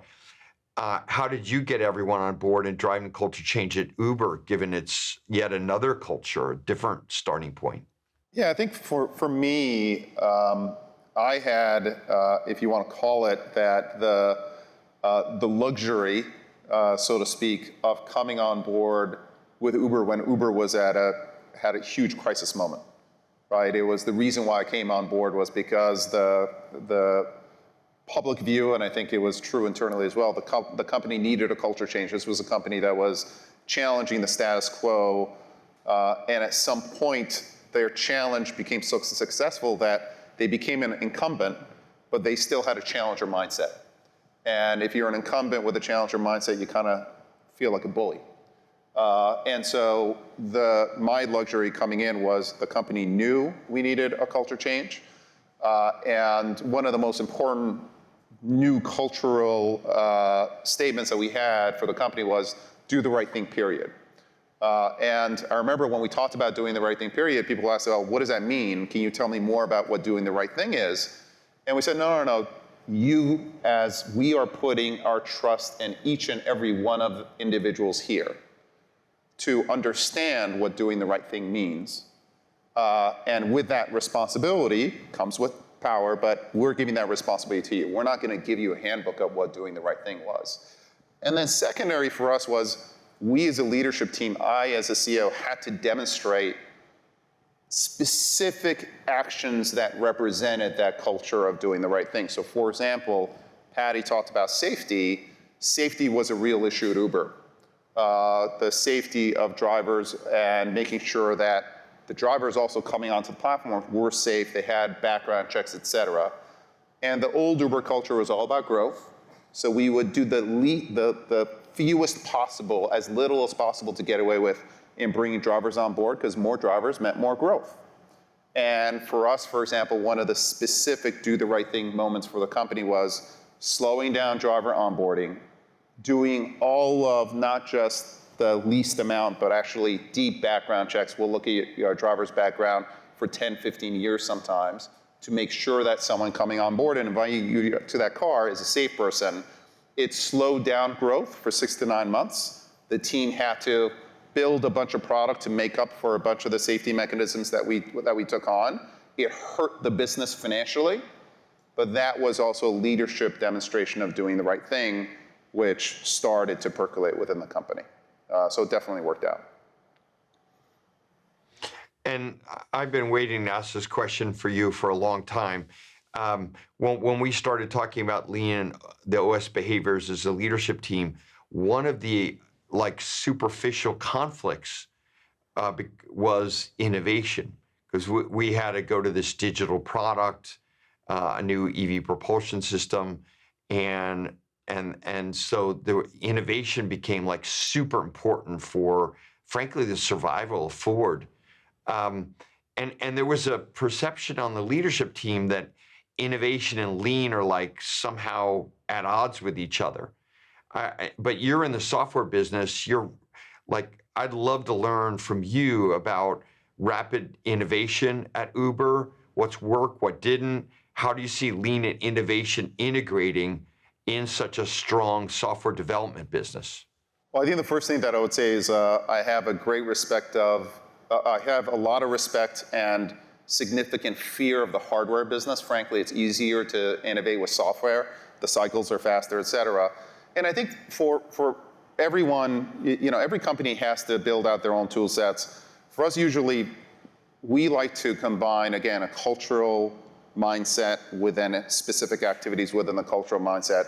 We have a cultural norm. Great minds don't think alike, right? So we actually like to promote differences in opinion, promote differences in background, et cetera. That diversity often makes it harder because you get a bunch of conflict, but that conflict actually then results typically in a better answer, sometimes a more difficult answer. And for example, we would team up that cultural mindset with very specific operating norms that we put in place. Like at Larry, we have monthly business reviews, but then we have a monthly tech review, for example, where every month we go through everything that we're building at the company. And one of the early rules that we put in the monthly tech reviews, one of the first things that you went through was what we call L30, N30. What did you accomplish in the last 30 days? And what are you going to accomplish in the next 30 days? And if you were going to accomplish it in the 31st day, you weren't allowed to talk about it. Some people, one way to create the illusion of you're doing a lot and being innovative is like talking about your 2-year plans or 3-year plans or 5-year plans. You can fill out a whole PowerPoint there. We had certain groups coming up and saying we didn't ship anything in the last 30 days. We would make them come up there, and in the last 30 days, we didn't ship anything. Believe me, the next time they came up, they made sure they were shipping something. So it's sometimes you just put instrument different operating practices, and this, for example, was one operating practice that worked for us. It was about continuous improvement. Some of the stuff worked, some of the stuff didn't. We had a lot more failures in this innovative way, but ultimately it sped us up, and it was a lean way for us to innovate. Jim, turning to you for a second, one very key area in terms of lean is respect. Respect for your workers, et cetera, especially your workers. This is a very important moment for you in terms of your relationship with your workforce. What does respect as it pertains to lean look like at Ford? And then how does it pertain to the conversations that you're having now? Super important topic. I would say it was 130 degrees inside Kansas City assembly plant yesterday. We have 8,000 people that work there. So without our team members on the factory floor around the world, we have 60 plants making vehicles. We are nothing, like my grandfather. And they don't have a say in the big decisions we make. So Gemba is going and seeing, and not superficially going, but to actually learn why the top of the Bronco is so difficult to put on. And why do we have all these rework bays for that top? That Gemba activity is absolutely the most important physical act of respect. In the last 18 months, I've visited every plant globally, especially in North America. And, it was interesting. People would do a visit and they would say, well, we visited the plant. But my standard was a little different coming from Toyota. I asked about the food and the washrooms, and I found out that after COVID, we stopped all hot food delivery, and we had completely unacceptable bathrooms. I know it sounds really weird to talk about that, but for our 120,000 workers in our assembly plants around the world, it was totally unacceptable. The dignity of the workplace was not acceptable. And I'm sure, Dara, listening to your opening and reading online about your own delivery experience, that came to fruition. So to me, instilling a lean mindset so that everyone feels their role in this transformation. And the most important thing is you cannot delegate as leaders the deep empathy for the impact of your decision making. And that you have to physically break the bonds that everyone's telling you don't have to do to go and see and learn and listen with both ears, as my mom would say, and not do it to be noticed. And so we should keep this thread going. You know, I was so excited when I heard about you, you know, the undercover boss moment for you, delivering, driving. What inspired that? Like, and how did it change the way you and others at Uber operate now? Because in many ways, it seemed like the opposite, as you said, of the culture in the past. It's a great question, Jim, but just commenting on something you said about listening, I do think listening is such an appreciated skill. Like, there are all kinds of courses in terms of executive leadership, presentation courses. I still haven't seen a course on listening, right? And the one theme that I've seen, the common theme in life and this is a group of executives that is very high up in the executive ladder, is like, the higher up you go in a company, the less you actually know what's really happening on the ground. And so Jim, you know, caring about the bathrooms and actually understanding what's happening with a product is just so important. And you're gonna have kind of structures around you that are pretty comfortable. I see a lot of managers managing to KPIs versus actually understanding the product that they're delivering. And I think one of the cool things about Uber is that people come to Uber because they really care about the product, and almost everybody uses a product either as an eater, they order Uber, or they've used it as a user, you know, ordering Uber to go to the airport, go out, et cetera. So we have a group of employees who are deeply, deeply connected to the product.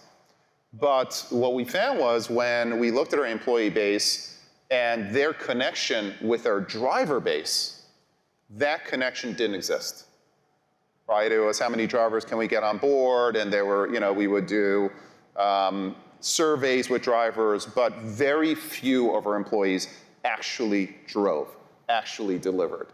You know, honestly, what led me to deliver was that I was going, pardon my French, freaking crazy at home during COVID, and I wanted to get the hell out of the house, and I wanted to find some way of being constructive out of the house. So I got an e-bike and I started delivering food for Uber. And it was a great experience. It was tiring. It was difficult to understand the product. And for me, once I saw what I believe was a lack of quality with the product as it related to delivering, then I bought a Tesla and I started driving as well. And it showed me literally that we as a company culturally were very much focused on the rider and the eater product because we used it ourselves. We took a lot of pride in it all the time, but we didn't take pride in the driver product because very few of us drove. So I started sending notes to our engineers, et cetera, and I started being very, very public with the company about our product. I still remember I made a presentation, all hands presentation. The headline of that presentation was Why We Suck. And you know, it wasn't a pleasant kind of all hands with the company, but it set a tone. And we set that expectation. We started celebrating employees going out there delivering, employees driving. It is a point of pride for employees now. When they drive, they get a little badge on their corporate profile, et cetera. And you know, as a leader, you've got to set the example. So just like Jim, you walk the halls in terms of your factories and you care about the bathrooms, et cetera. That example is going to push down to all your employees, and that's what you can do, you know, as leaders, to set that example to get out there. Totally. Another key pillar in lean is you know, waste. And I remember when I took over as CEO, the head of manufacturing said, Jim, there's no waste in our plants. You know, because they were defensive. And I walked, you know, I kind of walked the first plant as a CEO, and I'm pointing at all the body sides and stampings that are just sitting around. And I said, you know, all the dirt in the air and all those like prove to me that that inventory of stamped parts is fully competitive from a waste standpoint. And I got out the calculator, and we spent like an hour calculating how much wasted cash was in that one plant. And by the end of the day, I don't think they will ever say to me again, there's no waste in the plant. But at Uber, how do you identify and eliminate waste in your R&D and transactional process? Because it's so different than the world I live in, and I'm curious to learn from you. Yeah, absolutely, Jim.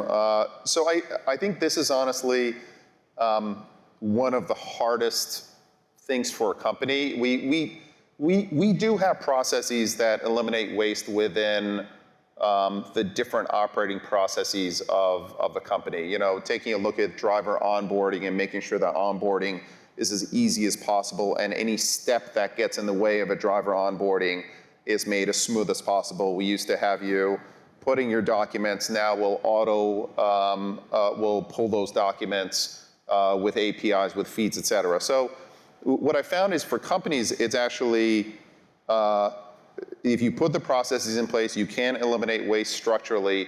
For us, what's been harder is actually eliminating processes that no longer serve the company well.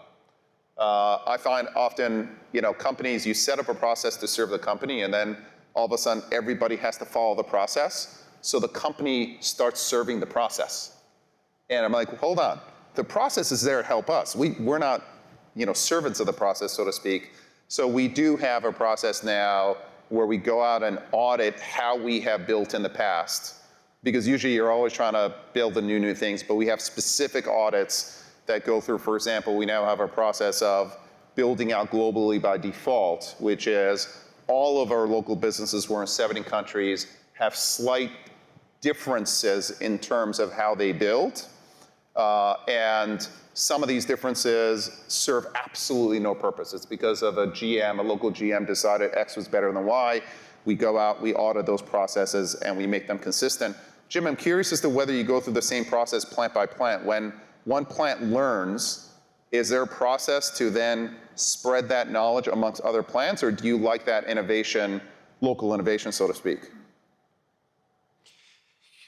It's a really important question. So we always have to have that local innovation, but the question is, how do you scale excellence sharing or benchmarking? I think what we found in manufacturing is a really cool process is the bus tour. And I know it sounds really simple, but you know, we in a regional basis, like in the US, we have bus tours every quarter where people from one plant, all the leadership, all the salary plus key process coaches and the manufacturing leadership of the company get on a bus, and they actually go to multiple plants together, and they do recognition, they do benchmarking, and you like physically benchmark. You don't like do it, as you said, by managing KPIs. You physically do it, and you're on a bus together for 4 days. And it is a completely new thing at Ford that we've been doing for a year, and it has been transformational for us. I think that more organic, local benchmarking, I think, is probably the flavor for our process to share excellence in the short term, because we want it to be very organic and very physical, but also scalable across the world. I don't know if that makes sense for you. Oh, it's awesome. That is, we don't need to get on a bus, but we definitely have different local teams that present globally. And that learning process is incredible. Absolutely. So I had a next question, because you've been leading the organization for 6 years. You know, our lean journey is relatively new. You know, we're certainly getting moments as a team, like the whole company gets stuck once in a while. Like our current stuck moment is problem solving. So what I found at Ford is that Ford is really world-class, like the best in the world at describing a problem. But like actually solving the problem and understanding root cause to do that is actually something that people do early in their careers, but over time actually didn't get better at it. So problem solving all the way through the organization and getting world-class at that, and no longer wasting any time doing business with ourselves and describing problems beyond the sufficiency of root cause analysis is like we're kind of stuck right now. What did you do when you hit speed bumps along the way? How any advice you would give all of us on getting unstuck? Yeah, it's a great question, Jim. And I think speed bumps for Uber are like a Thursday. We have them, we expect them. I'd say, honestly, the biggest speed bump that we had, and it felt like an anvil hitting us in the side of the head, was COVID, right? We lost 85% of our volume. And in hindsight, it shouldn't have been COVID that caused us as a company to really focus on what we were great at. Pre-COVID, we were engaged in tons of activities, building autonomous technology, manufacturing bikes and scooters, building flying cars, et cetera, that just weren't core to what Uber does. And frankly, we sucked at. Like, it's just, hardware is really hard. We're good at software, we're great at building marketplaces. I'll leave the hard work of manufacturing cars to Jim, and we build a service on top of those incredible cars that he's building.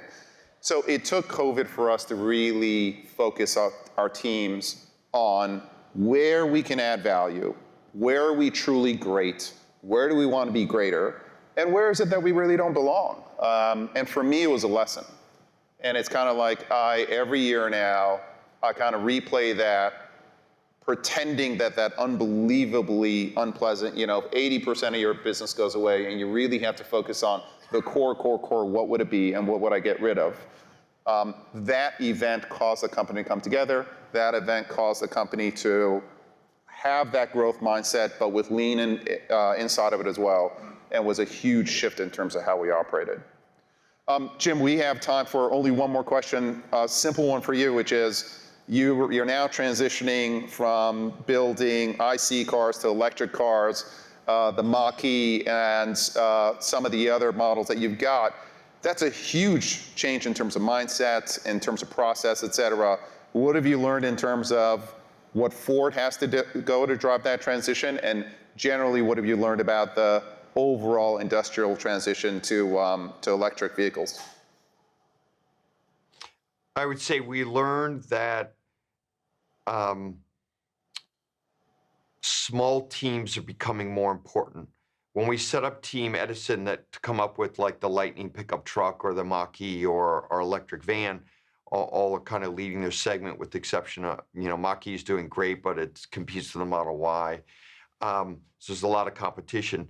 I think I saw the company, because it was before I was the CEO, kind of take the small team that came up with those products that have been doing really well in the market as kind of first inning products in a 9-inning game, and literally take the team apart because they were threatened by them.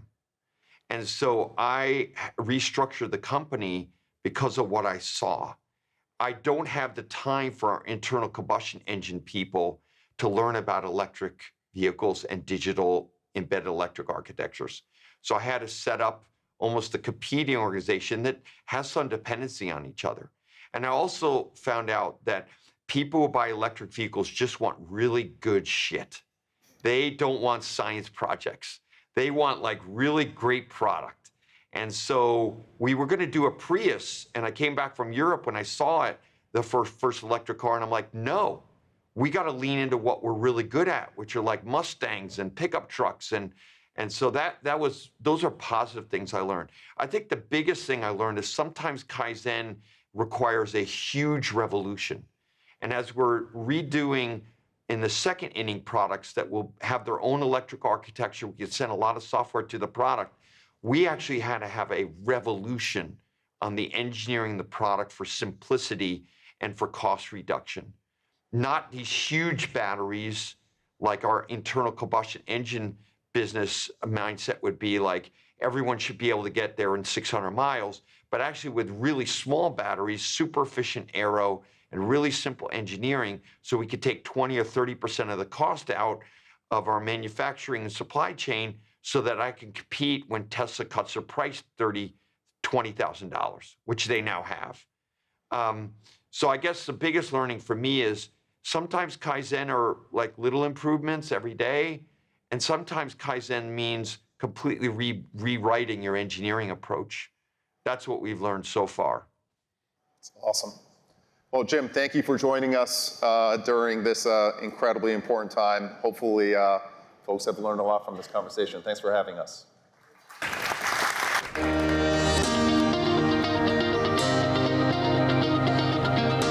Dr. Tom Mihaljevic has made a career of getting comfortable with the uncomfortable. He has performed nearly 3,000 heart surgeries and is a pioneer in robotic-assisted surgery. He helped build and lead the Cleveland Clinic in Abu Dhabi and has been the Cleveland Clinic's president and CEO since 2017. Mihaljevic oversees more than 14 million patient visits a year and over $13 billion in operating revenue.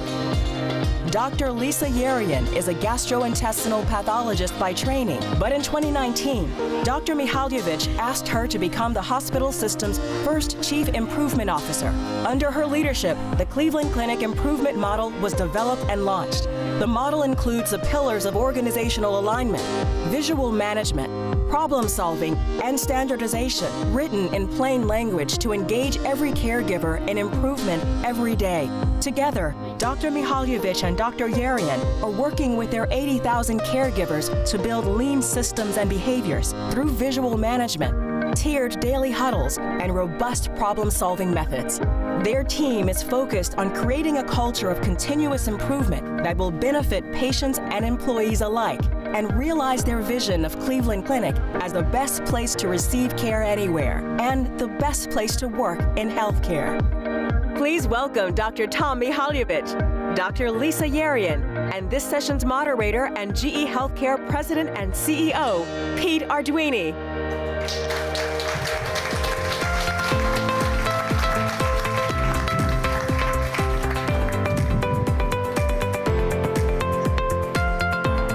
Welcome.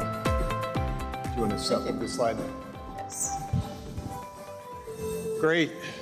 Well, thank you guys for joining us. And obviously the session we have is getting comfortable with uncomfortable problems. And I can only imagine, as we obviously switch to the healthcare discussions, what you've both experienced. But maybe for a question for both of you to start off here is, give us some of the feel for some of the challenging problems that you've dealt with the leadership team recently or back in the COVID window, Tom. Yeah.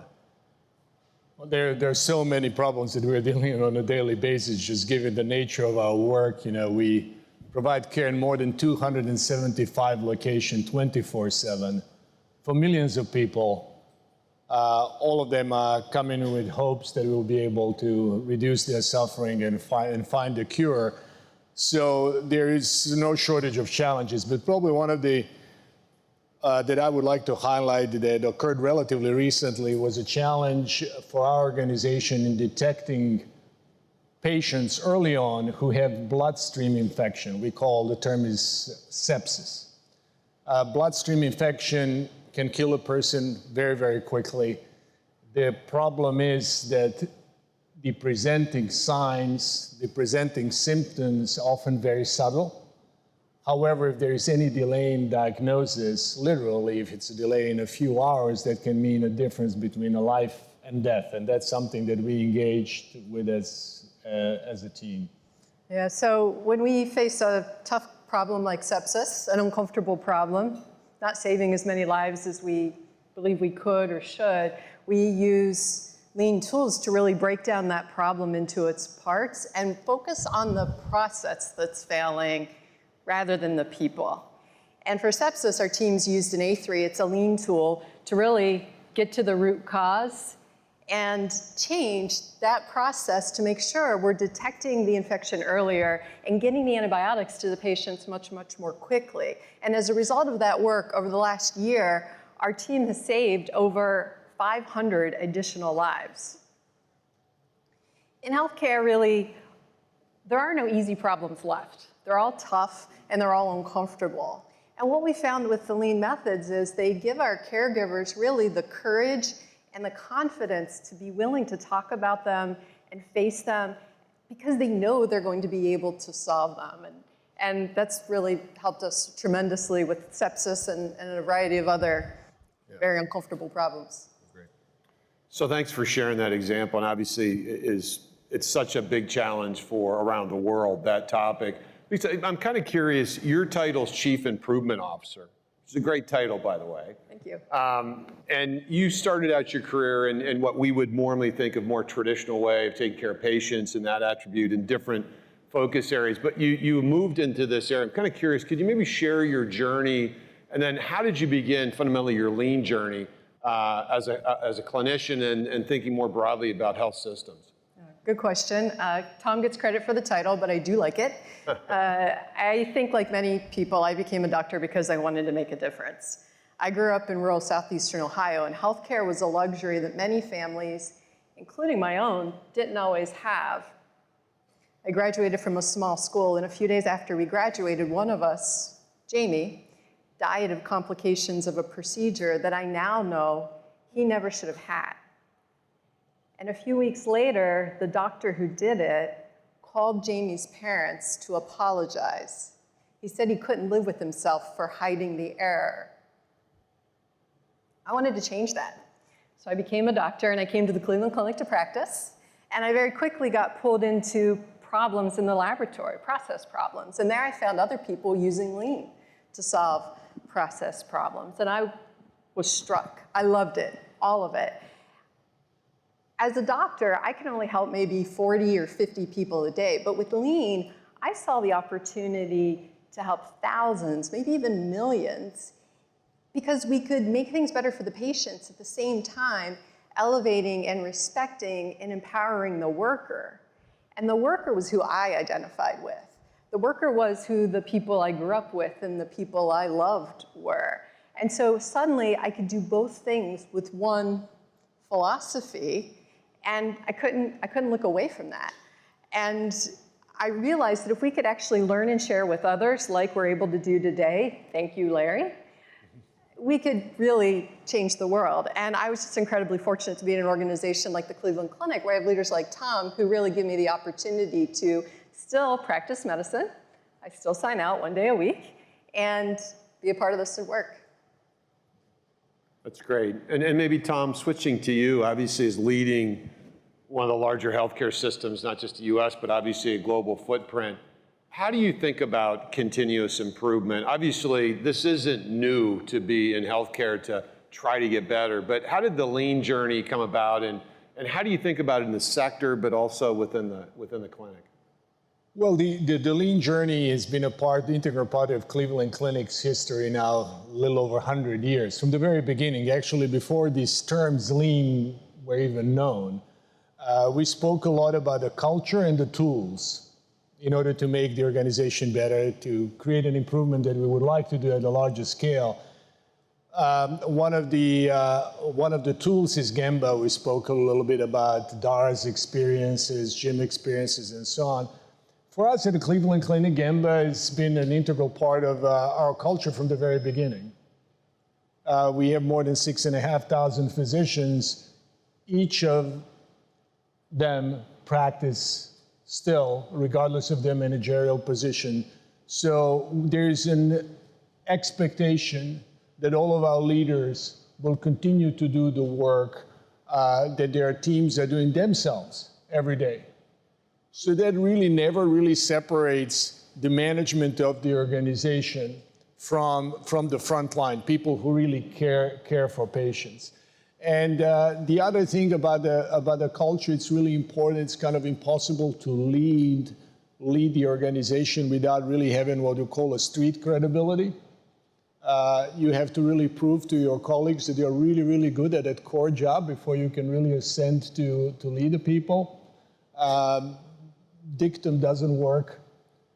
Influencing outcomes works very much so. And the other thing is, for us as an organization, I would say the third tenet of our lean is transparency with outcomes. People will not know what needs to get done unless we're really familiar with the data. So Cleveland Clinic really led the wave in the world for transparency of healthcare outcomes. We're the first organization ever that voluntarily published patient outcomes before it became a worldwide requirement. So that is the way that we're not just trying to influence the work that we do, but trying to influence the work that is being done in healthcare more broadly. Has the journey in transparency helped the lean journey as well of getting to ground truth and talking about the real issues? Oh, absolutely, absolutely. The transparency is a core tenet. We cannot expect people to get better if they do not know how they're performing today and what is expected of them tomorrow. And that transparency includes, obviously, transparency in all aspects, not just in measuring a success, but truly be comfortable with uncomfortable and being really, really comfortable speaking about failure. I will tell you one personal story that really cemented my decision about Cleveland Clinic being an exceptional place to receive care. I was a heart surgeon for pretty much most of my career. So I joined the Cleveland Clinic coming from Boston. And within 2 or 3 days of my arrival, a chair of our department, at the time the most prominent cardiac surgeon in Oklahoma, walks into the morning meeting at 7 o'clock in white scrubs, sprayed with blood from head to toe. He was in his late 60s. And he comes into this room surrounded by all of the people who report to him, including the students and the residents, and just collapses in a chair early in the morning because he was operating all night trying to save the life of a person who was gravely, gravely ill. And he said, and I'll never forget it, he said, you know, today I struggled. Today I didn't know what to do. And I thought I knew how to do this job really, really well. And what that did, that acknowledgement, that vulnerability, instilled in all of us a comfort, not only a comfort, but also a requirement, implicit requirement for us to be honest and transparent about our failures, so that through that vulnerability and through that transparency, we collectively get better. Nothing more important than that. Leading with an example, doing a job that everybody else does, staying up all night despite the fact that you're on the top of your game, and you certainly could have decided not to take call at Sunday night, but he showed up that Monday morning and he was humble and he was transparent. Thanks for sharing that story. And in a similar vein, Lisa, I mean, you know, all of us here in the room have experienced COVID, but if you weren't a healthcare provider, you obviously you experienced it in a very different way. And I know you've spoken about lean and the toolkits and how you've thought about that and how it's helped you through COVID. Maybe you could share what are some of the elements of the system you had in place and honestly, how you had to adapt this system during COVID and what it really did for you. Yeah, so our system has 4 pieces of the playbook. As Patty described their system earlier, organizational alignment, really clear focus on what matters most, visual management, transparency, but actually knowing how are we doing today in real time so that we can actually understand what the barriers were and do problem solving and understand root cause around that. We found that if you find data around how you were performing a month ago, you don't remember why you succeeded or why you failed. Problem solving, and then standardization. So during COVID, what matters most didn't change for us at all. We still wanted to be the best place to receive care anywhere and the best place to work in healthcare. But now we had a whole new set of challenges in front of us in order to do that, in order to keep our patients safe, in order to keep our caregivers safe. So we had systems in place like our tiered daily huddles where we talk about every day, how are we doing today? And we adapted that very quickly to make sure that we were talking about the problems of COVID, that we understood what new problems our caregivers were facing because everything was changing very rapidly. We were learning every day new things about the problems, new things about the virus, and new things about how other people were solving problems. So we adapted that system to make sure all that COVID information was coming through the organization, and we were able to also share new information around COVID and how we wanted the teams to adapt and make sure that they were safe and they kept everybody safe.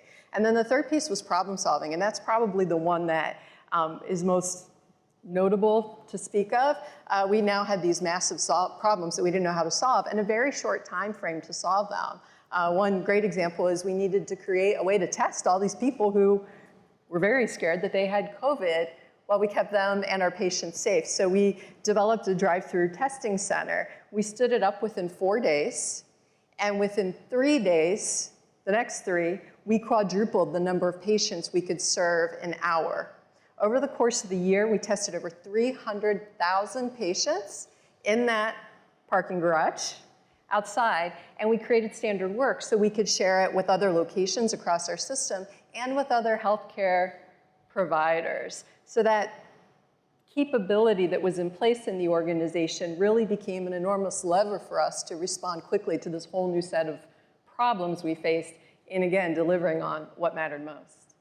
No, and that's fantastic. And I can only imagine the amount of, it's not in the standard playbook, how do you get the right folks together and how do you think common? We've heard a lot of discussions of A3 or plan, do, check, analyze, a lot of different things that are going out. I'm kind of curious, maybe Tom, for you, what's the approach at the clinic? And for all of us, there's the challenges of everybody wants to do it slightly differently. How do you think about the Cleveland Clinic way of problem solving versus a distributed way? But maybe tell us a little bit about what the secret sauce is in your approach.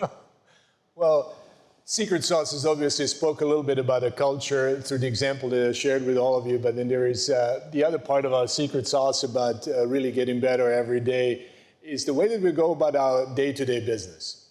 I got this job about 6 years ago, and as all of us, whatever we do is a reflection of our past experiences. I used to be a heart surgeon before I took this job, and as a heart surgeon, you know what's going on in the operating room every single second. And you're really paying a close attention to it. That's the secret to success. And then as a CEO, I would come and people would come to me and give me a monthly review of our operations or quarterly report, which was informative, but I didn't know what to do with it because whatever happened already happened in that past quarter. So for me, it was like I'm a basketball fan. So it was like a playing basketball game, and the scoreboard would light up only once, and that would be at the end of the quarter or at the end of the halftime. So what am I going to do now? So we said, okay, so how can we learn what is 80,000 people strong organization doing every single day on a daily basis so that we can help each other get better every single day? So we devised what we call tier daily huddles. It is a very structured approach when each of our operating teams, a total of 25,000 people every single day at every level of the organization, in a structured manner, talk about what matters to us most: quality, safety, patient experience, number of patients served, environment of care. With that, they solve most of those issues right there and then. What they cannot solve, they report up. And at the 6th level, which is our executive level, at 11 o'clock, 00, precisely 11 o'clock a.m. every morning at Cleveland Clinic, our executive team gets together, and we know exactly, we can tell you probably if I were to take my phone out, how many patients have we seen, down to a single patient, how many patients we've operated on, whether we had any issues, whether any issues require immediate attention of our executive team, and tier daily huddles have become a true core of our day-to-day management of our worldwide footprint. And that includes all of our sites, including those in London, Abu Dhabi, Florida, Ohio, and the list goes on. So maybe a play off of that for both of you, or you could decide how you want to answer it, is obviously essential workers in your line of work means something different than others, right? In many cases, everybody needs to show up to provide patient care. It's hard to do it remotely or on FaceTime. So I'm kind of curious how you've gained momentum of getting the buy-in of the teams, traction across the organization with essential workers. Just what are some of the hurdles you faced? And you've mentioned some of the systems and tools, but what are some of the things that you've focused on? I think for taking good care of our folks is essential. It is the loyalty to the organization is a key. at Cleveland Clinic, just like at GE, most of us are lifers. I'll never forget, one of my first assignments when as a CEO was to recognize people who provided great service to the organization. At the time, I was 54 years old, and the first person that I should have recognized worked at the Cleveland Clinic for 55 years. So I said, what am I going to do now? I mean, you were at the Cleveland Clinic before I was even in the plans. So, thank you very much. So taking care of our folks is really, really important. And we have a simple framework that we've established, an ethical framework and behavioral framework for everything that we do. And Dara spoke about do the right thing. We have kind of expanded it in very simple terms. We say, please take care of one another as a family, take care of our patients as family members, and take care of Cleveland Clinic as your home. So no matter how complex a problem may appear, whenever people walk into my office or in any office in the organization, I always ask them to say questions. How would you solve this problem? Is the person in question a family member, or if this place was really your own? So that's how we kind of take care of one another. And through COVID and all the challenges, despite all the pressures that we had, we really put a lot of effort through our caregiver office to take care of everyone there. So that is really, really important and dear to our hearts. Another thing I would add is that what we've seen is that the actual ability to make things better for your teammates, for your patients, that experience is actually transformative. And that wasn't something I expected. I knew we'd be respecting the worker, and I expected we would be making things better for patients. But I really didn't expect the tremendous transformation that an individual has when they suddenly realize that they have the ability to change their work, the experience of care for our patients. And that very much drives this desire to do it again, to do it again, and to do it again. I had the experience of working with one of our teams that delivers supplies to the operating room. It's essential work. You can't do it remotely. It's a pretty entry-level job in our organization. And we'd been working with them for a while. And of course, at first, there was some skepticism. There always is.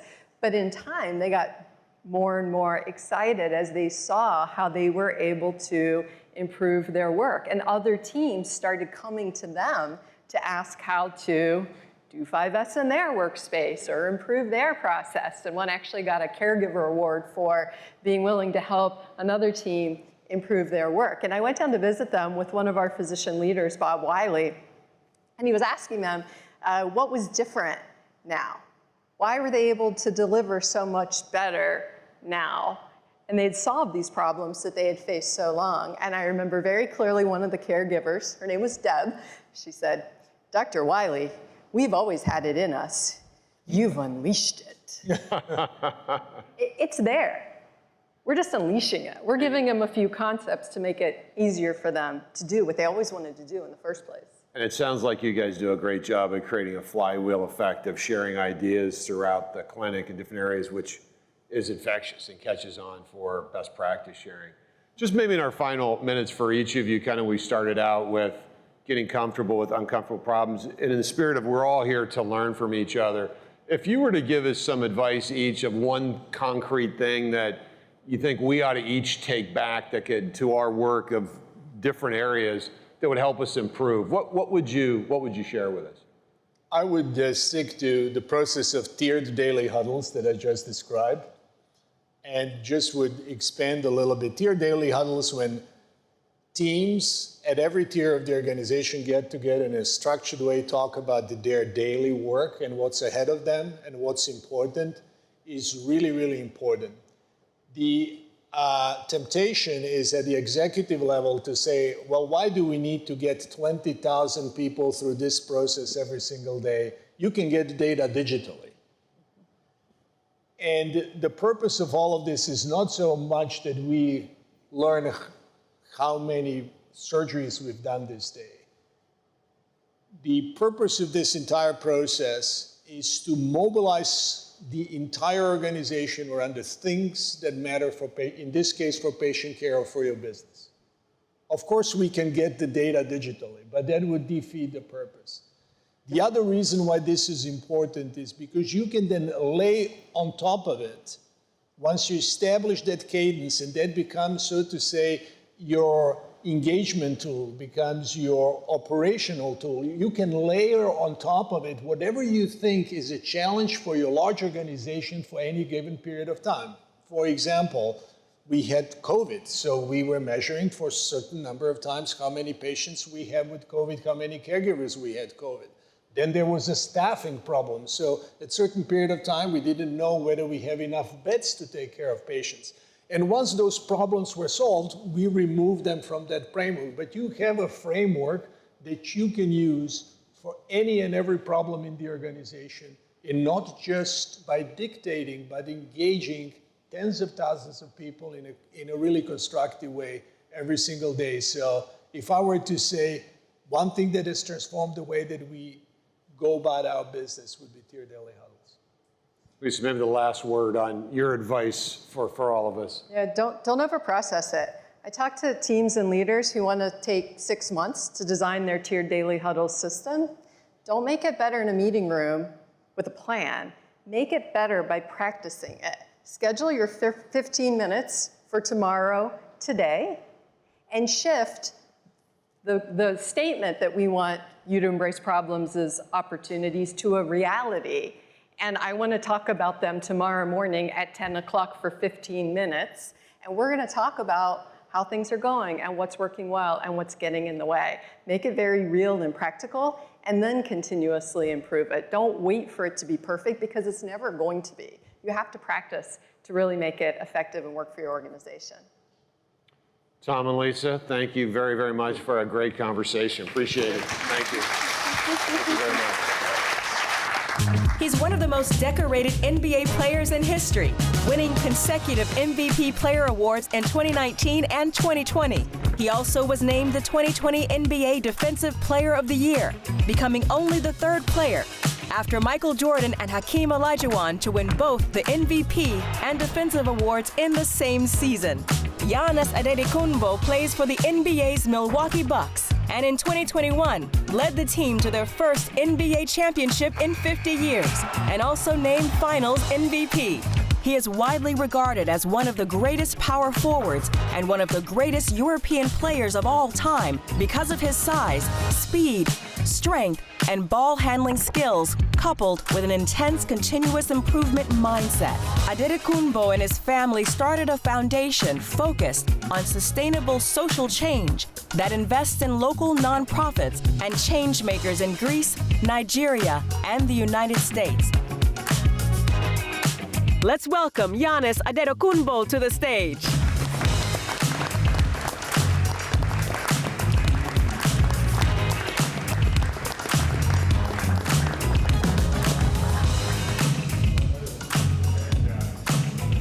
Thanks for being here. I played power forward. You did? Yeah, I did. I didn't make the top 75, but we'll, that's for another day. We're really thrilled that you took time ahead of the season to be with us this morning. Thank you. Looking forward to the conversation. Thank you for having me. Before we get started, I thought what we would do is play a clip from earlier this summer. Some of you may have seen it. It speaks for itself. Let's roll the tape. Every year you work towards something, towards a goal, right? Which is to get a promotion, to be able to take care of your family, to be able, I don't know, provide a house for them or take care of your parents. You work towards a goal. It's not a failure. It's steps to success, you know. And if you've never, I don't want to make it personal. So there's always steps to it, you know. Michael Jordan played 15 years. Won 6 championships. The other 9 years was a failure? That's what you're telling me? No, I'm asking you a question. Yes or no? No, I mean, I don't think so. No. Okay, exactly. So why are you asking me that question? It's a wrong question. There's no failure in sports. You know, there's good days, bad days. Some days you are able to be successful, some days you're not. Some days it's your turn, some days it's not your turn. And that's what sports is about. You don't always win. Some other people's gonna win. And this year, somebody else is gonna win. Simple as that. We're gonna come back next year, try to be better, try to build good habits, try to play better, not have a 10-day stretch with playing bad basketball, and hopefully we can win a championship. So 50 years from 1971 to 2021 that we didn't win a championship, it was 50 years of failures? No, it was not. It was steps to it, and we were able to win one. Hopefully we can win another one. Sorry that I didn't want to make it personal, because you asked me the same question last year, and last year I was in the right mind space to answer the question back.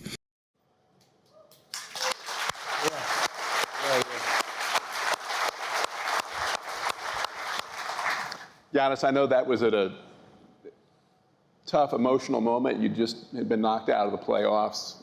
I saw you watching that video intently. Yeah. What does that bring to mind? First of all, I never thought that video was going to be as viral. It's going to go as viral as it went, and I'm going to have that kind of feedback from people, of my circle of people that I meet in the street, in the airport, or wherever I am. So it's unreal. But at that moment, I kind of answered what I felt. Because I was asked the same question a year ago and I wasn't ready to give a response. And I had it in the back of my head for like a year, So I knew that in the course of my career, I'm going to be asked a question like that again. That's why you can see I was a little bit, I tried to compose myself as much as I can, but there was a little bit of frustration in my voice. I really do not believe in failure. In my world, failure does not exist. Because I always know that I'm going to wake up the next day and I'm going to get back to it. I'm going to keep on working hard. I'm going to try to keep on getting better. And that's what I've done my whole career, and it works so far. At the end of the day, there's 520 players in the NBA, and only 20 players every year win a championship. So that doesn't mean that the rest of the 500 players and the rest of 29 coaches are failures. No, because success is different for people. For what success is. Like, for example, somebody's success is waking up in the morning. Other people is to provide for the family. Other people is breathing. Other people is to be able to make the dream a reality, which for me, that's what I've done. Other people is being able to allow their kids to have a better education than what they did. For other people is to be wealthy.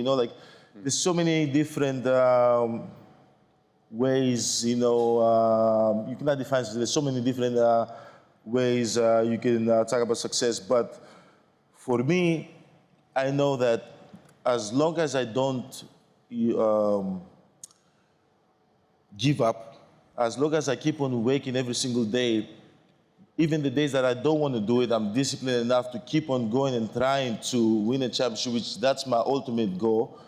Right. There's no way I have failed, and at the end of the day, there's so many kids around the world that they're scared to get involved in things that they love and things that they're passionate about because of that they might fail. You might not be good at it, so you're a failure. Right. Yeah, it's true in a way that if the kids give up and they don't they start on Monday, soccer practice, and then Tuesday, they say, Dad, I didn't really like it, I don't want to go back, and whatever the case might be, okay, yeah, you stop. But as long as you keep on trying to keep on improving, try to figure out ways to improve your teammate, to make your teammate successful, keep on trying to pay attention to details throughout your career. You do it every single year, you're going to win a championship one year, like we did 2021, and hopefully you can win another one in 5 years from now, this year, in 10 years from now. And at the end of the day, I was hearing Peyton Manning speak earlier, and he's a Hall of Famer. If you keep on doing and having that approach every single day of how you're going to get better, and you don't sit and second guess yourself and worrying about what people think about you, or the moments that people label you as a failure, you know, you're gonna have a Hall of Fame career like he did. You know, it's gonna be 20 years of magic. So at the end of the day, again, last year, we did not accomplish our goal, which is true, but we did not fail because the steps took success. And hopefully this year we can accomplish our goal. That's pretty much it.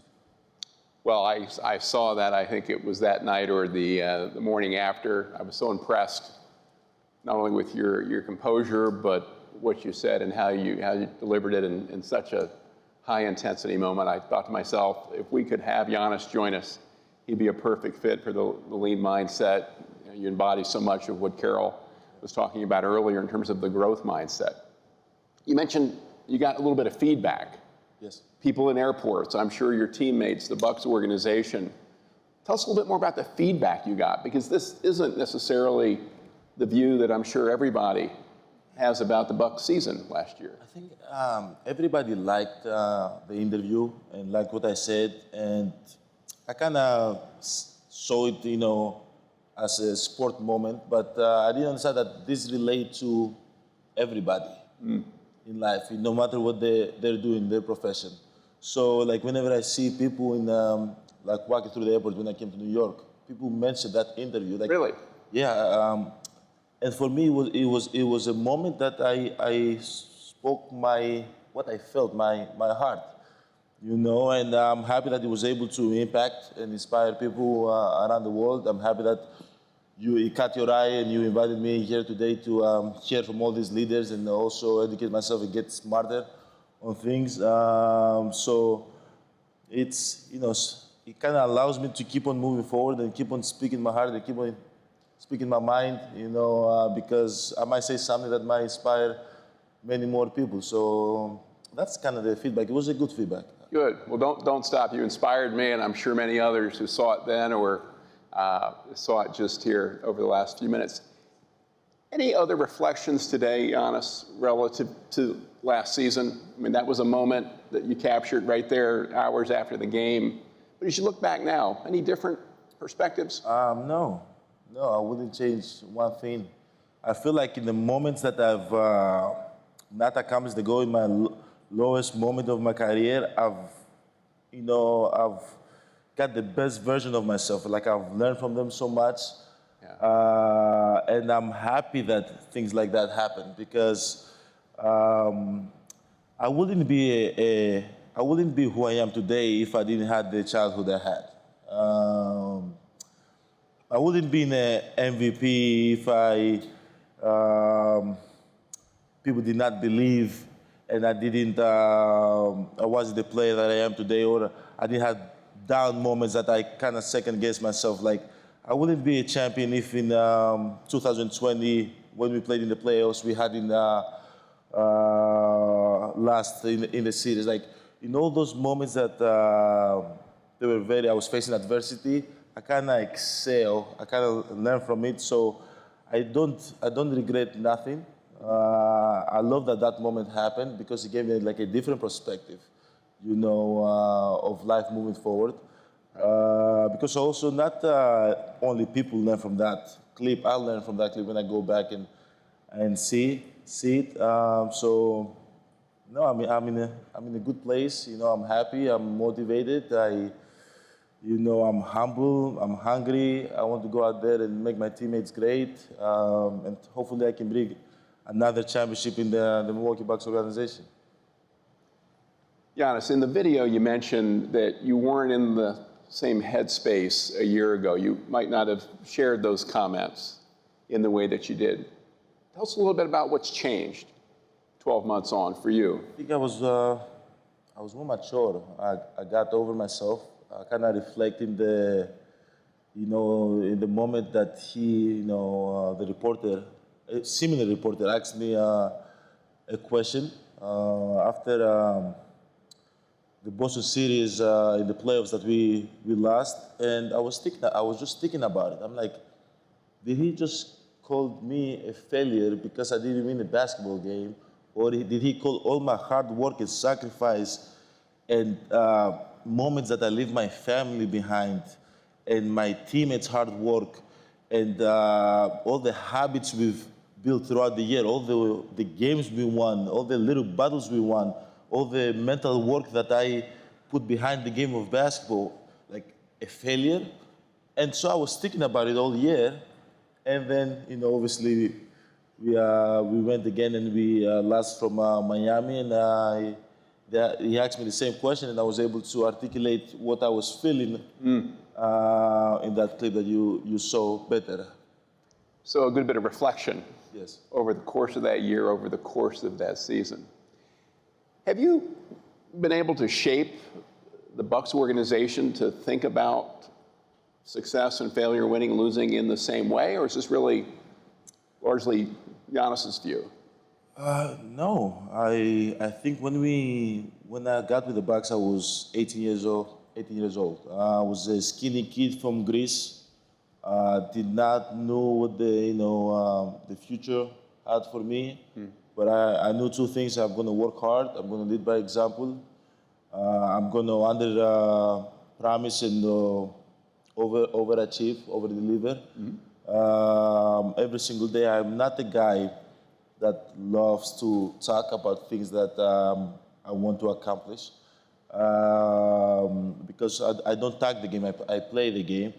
And the 10 years, going to my 11 years now with the Milwaukee Bucks organization, I'm definitely aware that I'm able to help and shape the culture of the Bucks organization with people that they add to the team, that they're over themselves. Because once you get to the NBA, for a lot of people that they're not aware, a lot of people get, I say 10 to 15% of the NBA players really love basketball. Which is, and it's okay, because sometimes in life, you do something that you don't really enjoy, but you do it because of the things that it provides for you. I understand, but I'll say that the moment that players get to the NBA, they kind of have the mindset, okay, I made it. They kind of relax.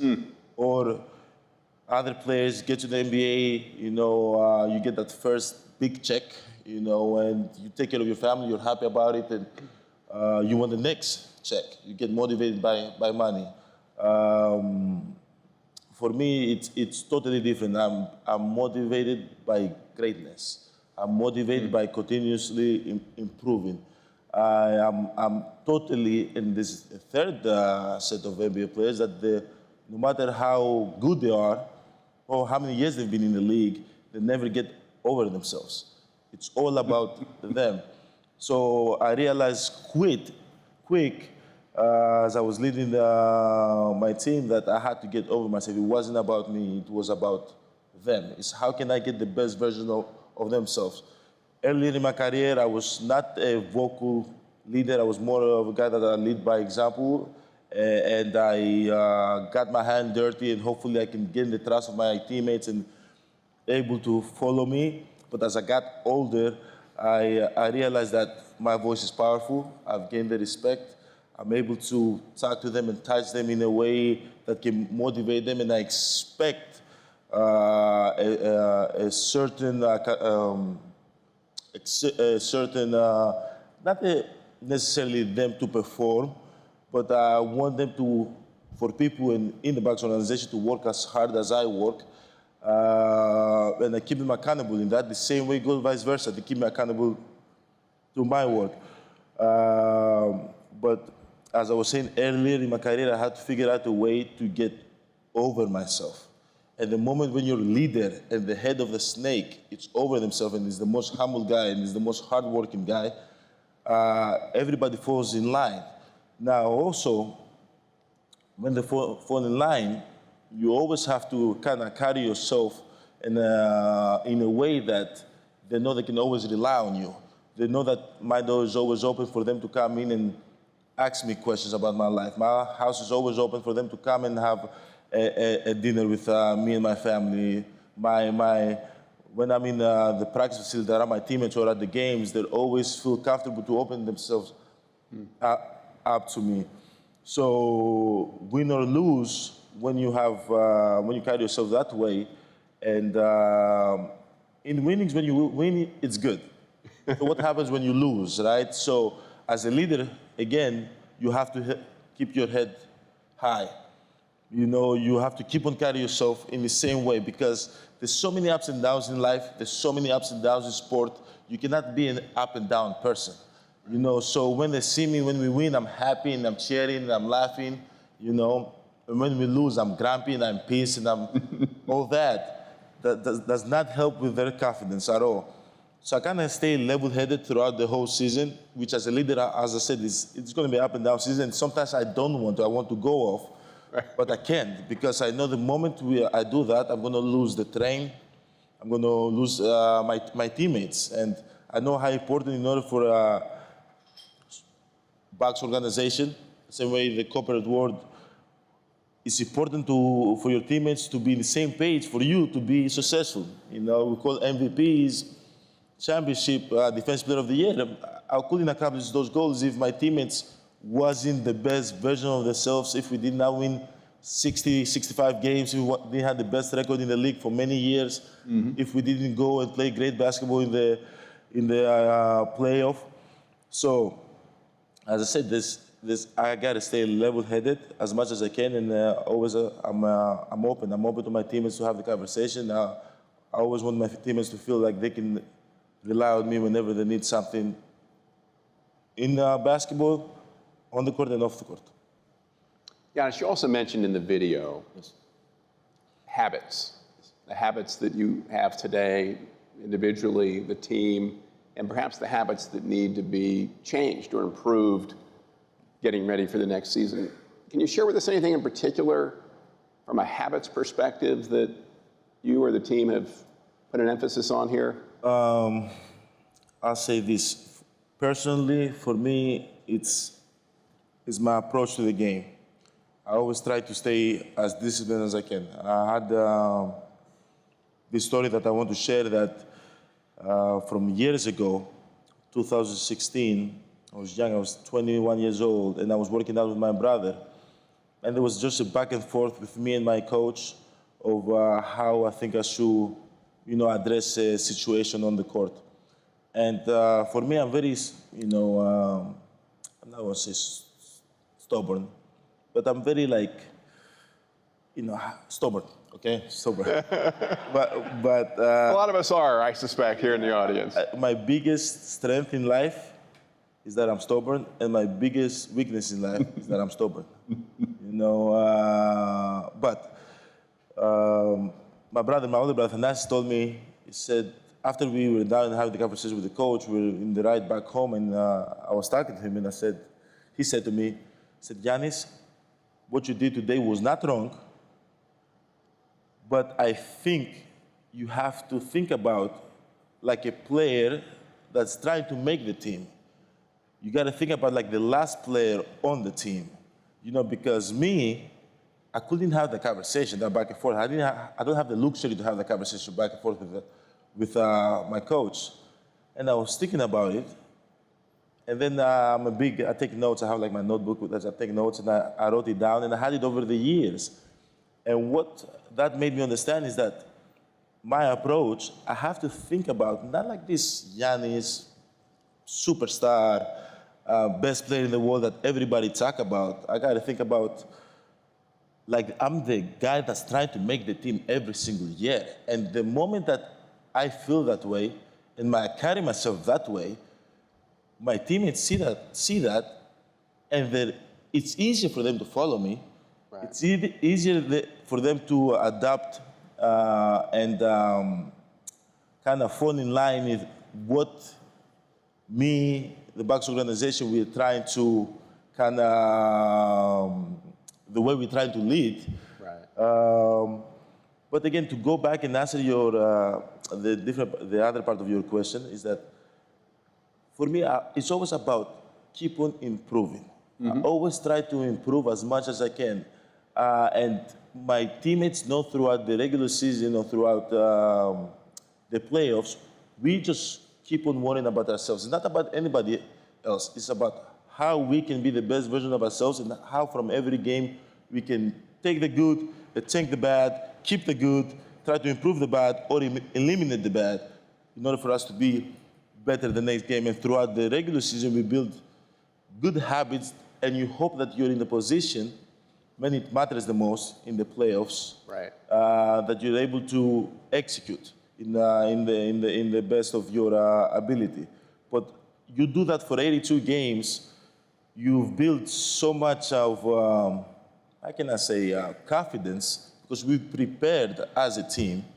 They see me, they see Chris Middleton, who is another leader on our team, Drew Holiday, prepare for the games and try to build habits throughout the regular season. So when the tough moment comes, when you're down 20 in the fourth quarter, when you have a bad week playing bad basketball, you don't go to bad habits. All you know is good habits. All you know is the habits that you build. So we always fall back on what we build, the character we build as a team. And that always helps us to be one of the best. The last 5 years, we probably, if not first, probably the second best basketball team in the world. But me personally, the other thing that I have to say is that from the moment I made it to the NBA, I always figured out ways to improve. And I don't say only get better, improve, because when I improve, I can identify what I'm getting better on. And then, like, for example, when I won the first MVP, it was done deal. Like, I only remember those accolades. We'll talk about it when I'm 50 and 60. Right. I'm trying to stay hungry. I'm trying to stay humble, because that's what my brother basically told me, in a way. You got to think like the last player on the, you got to be hungry, you got to be humble. That's got to be your approach. So even when I won my first championship, I said, I want another one. Don't call me MVP until I win another one, which at the time I couldn't understand, why I said that, and people was like, why don't you want to be called the MVP? You're the MVP of the league. I said, a lot of people said, maybe it was because you don't want to feel that pressure. I said, no, and I just don't want to be called MVP because I want to win another one. But now that I'm older, and I'm not 23 no more, I've realized that I am built this way, and the reason I'm built this way is because of my parents. See my parents every single day working extremely hard, being immigrants from Nigeria, going to Greece, and working every single day hard to provide for us while being illegal, not having the right paperwork, and being scared every single day that they might be deported back to Greece, and had to figure out ways to improve and be efficient while they do it, because if the police officers stop them in the street, they get deported. So I saw that for 18 years of my life. So when I came to the NBA, I had that, but I couldn't identify, I couldn't recognize it. So once I got older, I recognized it immediately, and I hold it deep into my heart, and I know that my talent is not what the video said, that my speed, my skill, my athleticism is the mindset and the mentality I've developed over the years. So I kind of channel that, and I'm, trying to do what, the things that my parents did and the things that have made me great throughout my life and my career on steroids, and hopefully when the next chapter of my life comes by, I'm able to do that too, in whatever it is. So again, going back, I'm talking too much, sorry. Going back to the first MVP, then I won the second MVP. And I remember that. I said, don't call me MVP until I win a championship. It's like, what? He's the back-to-back MVP, best player in the world, just signed the largest contract in NBA history. Like, don't call you MVP, you're the back-to-back MVP. And I said, no, I want to win a championship. And then the next year, I won a championship. But it was just happening, So now that I look back, is that I always had the mindset of like, okay, whatever is done is done. The good from this, the only good thing that can come from this is that me leave it behind, because the moment I carry it on my chest and I have like a badge of honor of like, oh, I'm the MVP, it's just gonna hold me behind. It's just gonna not allow me to improve. It's not gonna allow me to be the best version of myself. It's not gonna allow me to reach my full potential, which that's the goal. I want to be the best player that I can be. Not that I hit Michael Jordan, which is the best player to ever play the game, but not as Michael Jordan can be. I want to be the best version that I can be. And when I retire and I move on from my career to go to the next chapter, I've said that I've done it all. I have no regrets. Well, when you're ready for that next chapter, Giannis, call us at GE. We'd love to talk to you. Thank you so much for sharing those very personal perspectives on your journey. All the best this season. Go easy on the Celtics, but we'll be watching.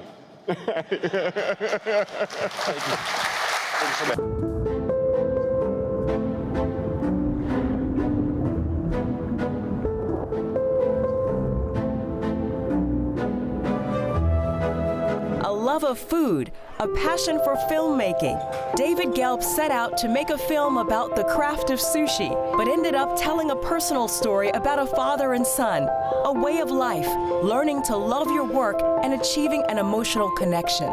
Jiro Dreams of Sushi is a human journey explored through one common necessity, food. Doing the same thing every day, only a little better, and getting motivated to mirror this standard to our own work. Following the success of Jiro, Gelb went on to create the longest-running series on Netflix, Chef's Table, where viewers can experience the culinary artistry of renowned chefs up close and personal. Gelb also directed a candid documentary about Wolfgang Puck, which debuted at the 2021 Tribeca Film Festival. Gelb's work has also won James Beard Awards for filmmaking, as well as a Grammy and multiple Emmy nominations. Applying all the tools of cinema as a storyteller, Gelb discovered how to connect with an audience and motivate a team to produce honest films that mirror the ethic of the people they are exploring through the craft of filmmaking.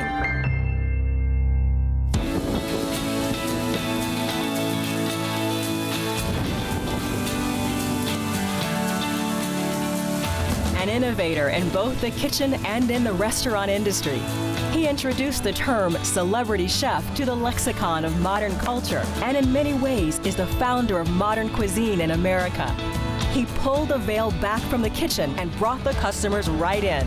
When overcomplicated, compromised supply chains and easy-to-grab solutions were dominating the industry, Wolfgang Puck brought simple, quality ingredients from local farms and markets back to the table. He redefined the fine dining experience by showcasing his teams, creating culinary masterpieces right where everyone could see it. This famed chef also employs standard work, a focus on flow, continuous improvement, and respect for people in all his kitchens to deliver the highest quality product to every guest with impeccable care.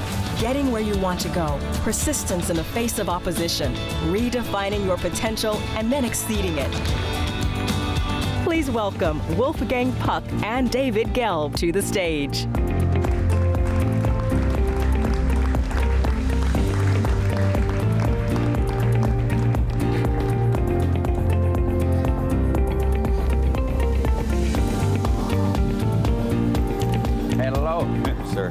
All right.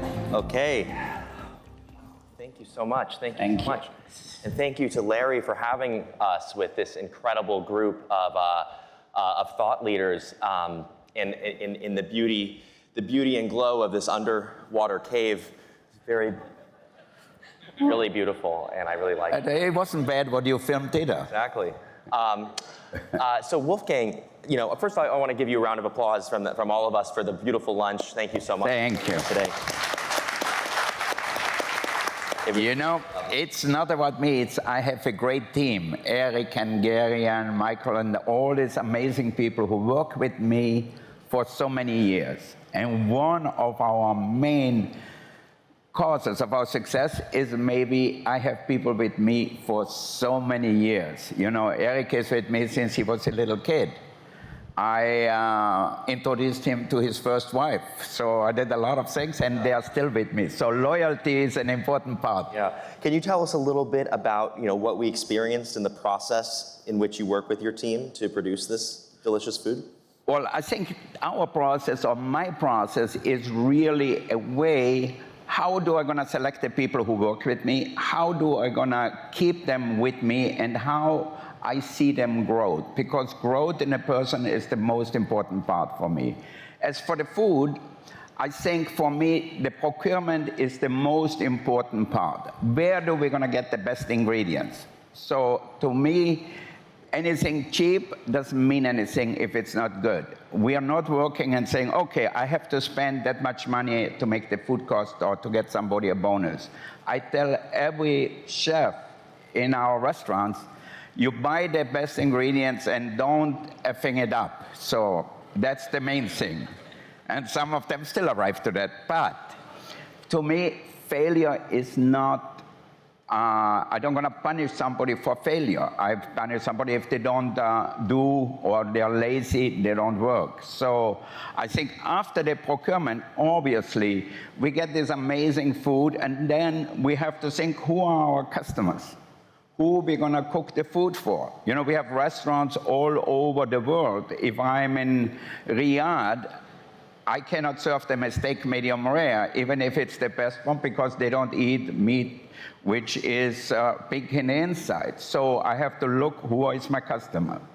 And then I have to figure out how we're going to prepare the dishes. What is the best way? Is it maybe with an Asian influences? Is it maybe French or Italian or whatsoever? Or is it our own style? So there are many ways. But I also have to think, who are my chefs? Who are the people in the dining room? And how are we going to make the people feel? How are we going to present the food? And to me, that's just as important as anything in our business, because it's not just about the food, it is how we make the guests feel.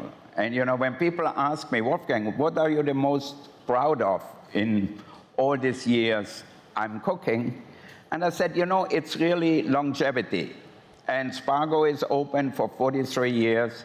Chinois just celebrated the 40th anniversary. So I think to me, that is really a milestone. I wish my marriages would have lasted that long, but not everything lasts as long as the restaurant. Maybe I'm better in the kitchen than in being a husband, but I think that's really, for me, it's an important part. And you know, it's like a family. Our people who work with us and our guests are like family. I remember as a young chef at Ma Maison, before I opened Spago, a friend of mine took me to play tennis, and here across the net was Gene Kelly. And I looked at him and said, oh, hopefully I don't hit him. You know, that was the last thing I wanted to do. And I remember Gene, we changed sides, and he took off his hat. I was so shocked he had no hair. I said, Gene, where are your hair? And he said, you idiot, don't you know I'm bald? I just have a toupee when I come to your restaurant. So I think the restaurant business for me is really an amazing experience, because in between the people who work with me, which is our most treasured asset really, and the guests, I think it's all like a big family. Is that too long? No. No, it's great. Okay, good. Okay. No, thank you, Wolfgang. But I think, you know, execution is just like in any business, it's really important. How are we going to execute if we buy the best ingredients and when we don't treat them right? So we have to train people from the bottom up. And I love to get young people starting out in the restaurant business and starting out cooking. And then little by little, they move up until they can get a job as in, hopefully in our restaurant, as the chef, as the manager. So I love to really always get people from our own businesses, because I think our culture is certainly very precise, and I think it's very difficult from somebody from the outside coming in and learn about our culture. Yeah, yeah. Well, I thought that was really a great answer, and I love, you know, in my film, Jiro Dreams of Sushi, I think it's really interesting how later on I got to make a film about you, and you know, Jiro has one sushi bar in a subway station in which he serves just 10 people. And you know, Wolfgang, you have restaurants all over the world and are serving, you know, thousands, tens of thousands of people, but you have a similar mindset of constantly trying to improve. And you know, when Larry invited us to be here, I thought it was really interesting because of the way, you know, when he was talking about the lean mindset, which is not a term that I knew before, but in working with Jiro, it really showed me, I saw the comparison, because he's trying every single day to master something and to continue to improve it. So Wolfgang, when did you first hear of this term Kaizen, and how does that incorporate in? I probably heard it the first time when I went to these OPM classes at Harvard. And I think Larry Culp was there. We learned about Danaher, and I thought when they called us to come here, I said, oh my God, I'm going to meet Larry Culp. It's amazing what he did and how the professors talked about him and everything. And I'm not on the payroll of GE yet, but maybe soon. Maybe you should start a culinary division. I think you have too many different things already. But I think for me, it was always about continuous improvement. I didn't know the word Kaizen, but in my head, it was how we're going to get better every day. How can we do things better? How can we store things better? How can we involve the farmers out there and give them a better living? Because we can give them more money than somebody who is a huge, has a huge factory really for farms and so forth. So to me, it was really always about continuous improvement. We choose our purveyors so carefully. And I have some of the purveyors with me for 40 years. There's a lady up in Stonington, Maine, and she has the best lobster and the best sea scallops. So when I need scallops or when they're in the season, I don't gonna go downtown LA to find them. I call them in Stonington and said, you know what, send me 2 gallons of scallops and 20 lobsters and some clams or some oysters, whatever they just have. So seasonality is such another important part, you know. A lot of people think you have to make apple pies in the summertime. Why not make peach pies? Or in the springtime, make cherry pies, or make pecan pies in the fall. So I think that's really an important part also, how to get the best out of the ingredients you have. And we all know apples in the summer are not as good as they are in the fall. Or the berries, strawberries, we get strawberries from Harris Berries, which is a farm in Oxnard. They are amazing. And when you taste them, you say, I never tasted strawberries like that. Now you also have to know how to work with them. If you take strawberries out of the refrigerator, they have no flavor. But if they sit outside for a few hours, they will taste much better. The same thing, you can buy the best tomatoes in the world from New Jersey or California or wherever. But if you refrigerate them for 3 days, the flavor vanishes and you might as well just buy them at the supermarket. So I think for me, continuously improving what we do is really the most important part. And it also goes how we're going to improve our plant, our facility, the kitchen. What are the new technologies? You know, we have some sound emulsifier. We have a big machine to make, like they have in a hospital, where they do the platelets. So we can separate, for example, if we put corn puree in there, we get corn consomme really, and then we get the corn butter and the corn husk. So it's all these new technologies. If that can help us to make our food better, we will use whatever it takes. So I think to me, the only way to move forward is continuous improvement and continuous innovation. Yet, there's also an important part for us is not to forget about tradition. You know, we have customers who come to our restaurant in Chinois for years and years, and sometimes I don't see them for 5 years because they moved to Europe or somewhere. They come back and they eat the lobster and they say, it tastes exactly like it tasted when I was here 5 years ago. I had the taste in my mind. It was so good, and it's still exactly the same. So tradition is important, and innovation. So for Kaizen, we always think, how can we get better? How can we do things more efficient without really taking anything away from the quality or from the guest experience? Well, that's fantastic. That's fantastic. We brought a clip with us from Jiro Dreams of Sushi that I'd love to play for you all. And all right. Wolf, I'd love to get your take on it. I'll tell you a little story. So we were on vacation with my family in the Dominican Republic. We couldn't sleep because we were on West Coast time or something. And my son was then 7 years old. And we go to, I think it was on HBO or one of these channels. And I see Jiro Dreams of Sushi. I said, I'm going to watch it, and I hope my son going to fall asleep, because he was bugging me. I couldn't sleep. So sure enough, we were lying on the bed, And then watching the thing, and after half an hour or so, Oliver said, "Papa, I'm so hungry, let's go and eat." So even a 7-year-old kid was so into the way David shot the movie. And I think that what really got me excited. I said, this is a whole new way of shooting food, of showing the passion of the practitioner and the passion of what the food should look like. And a guy like Shiro, who worked all his life to make something perfect and make it better all the time, I think I take my hat off, because I couldn't concentrate just on one restaurant. You know, I love the variety, because I always thought I might get bored doing the same thing in one restaurant. And you know, a lot of people want the same thing too. So I think Shiro doing that and having his family, his son involved, is really amazing. Oh, well, let's watch the movie, forget about the talk.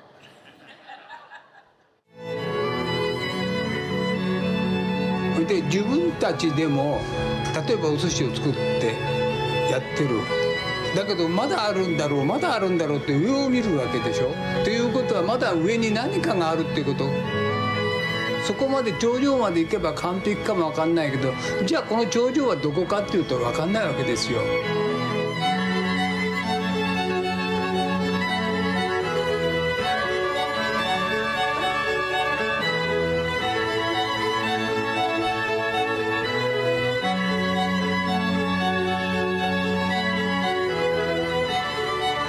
今仕事しててこの年になって完璧だとは思っていないからね。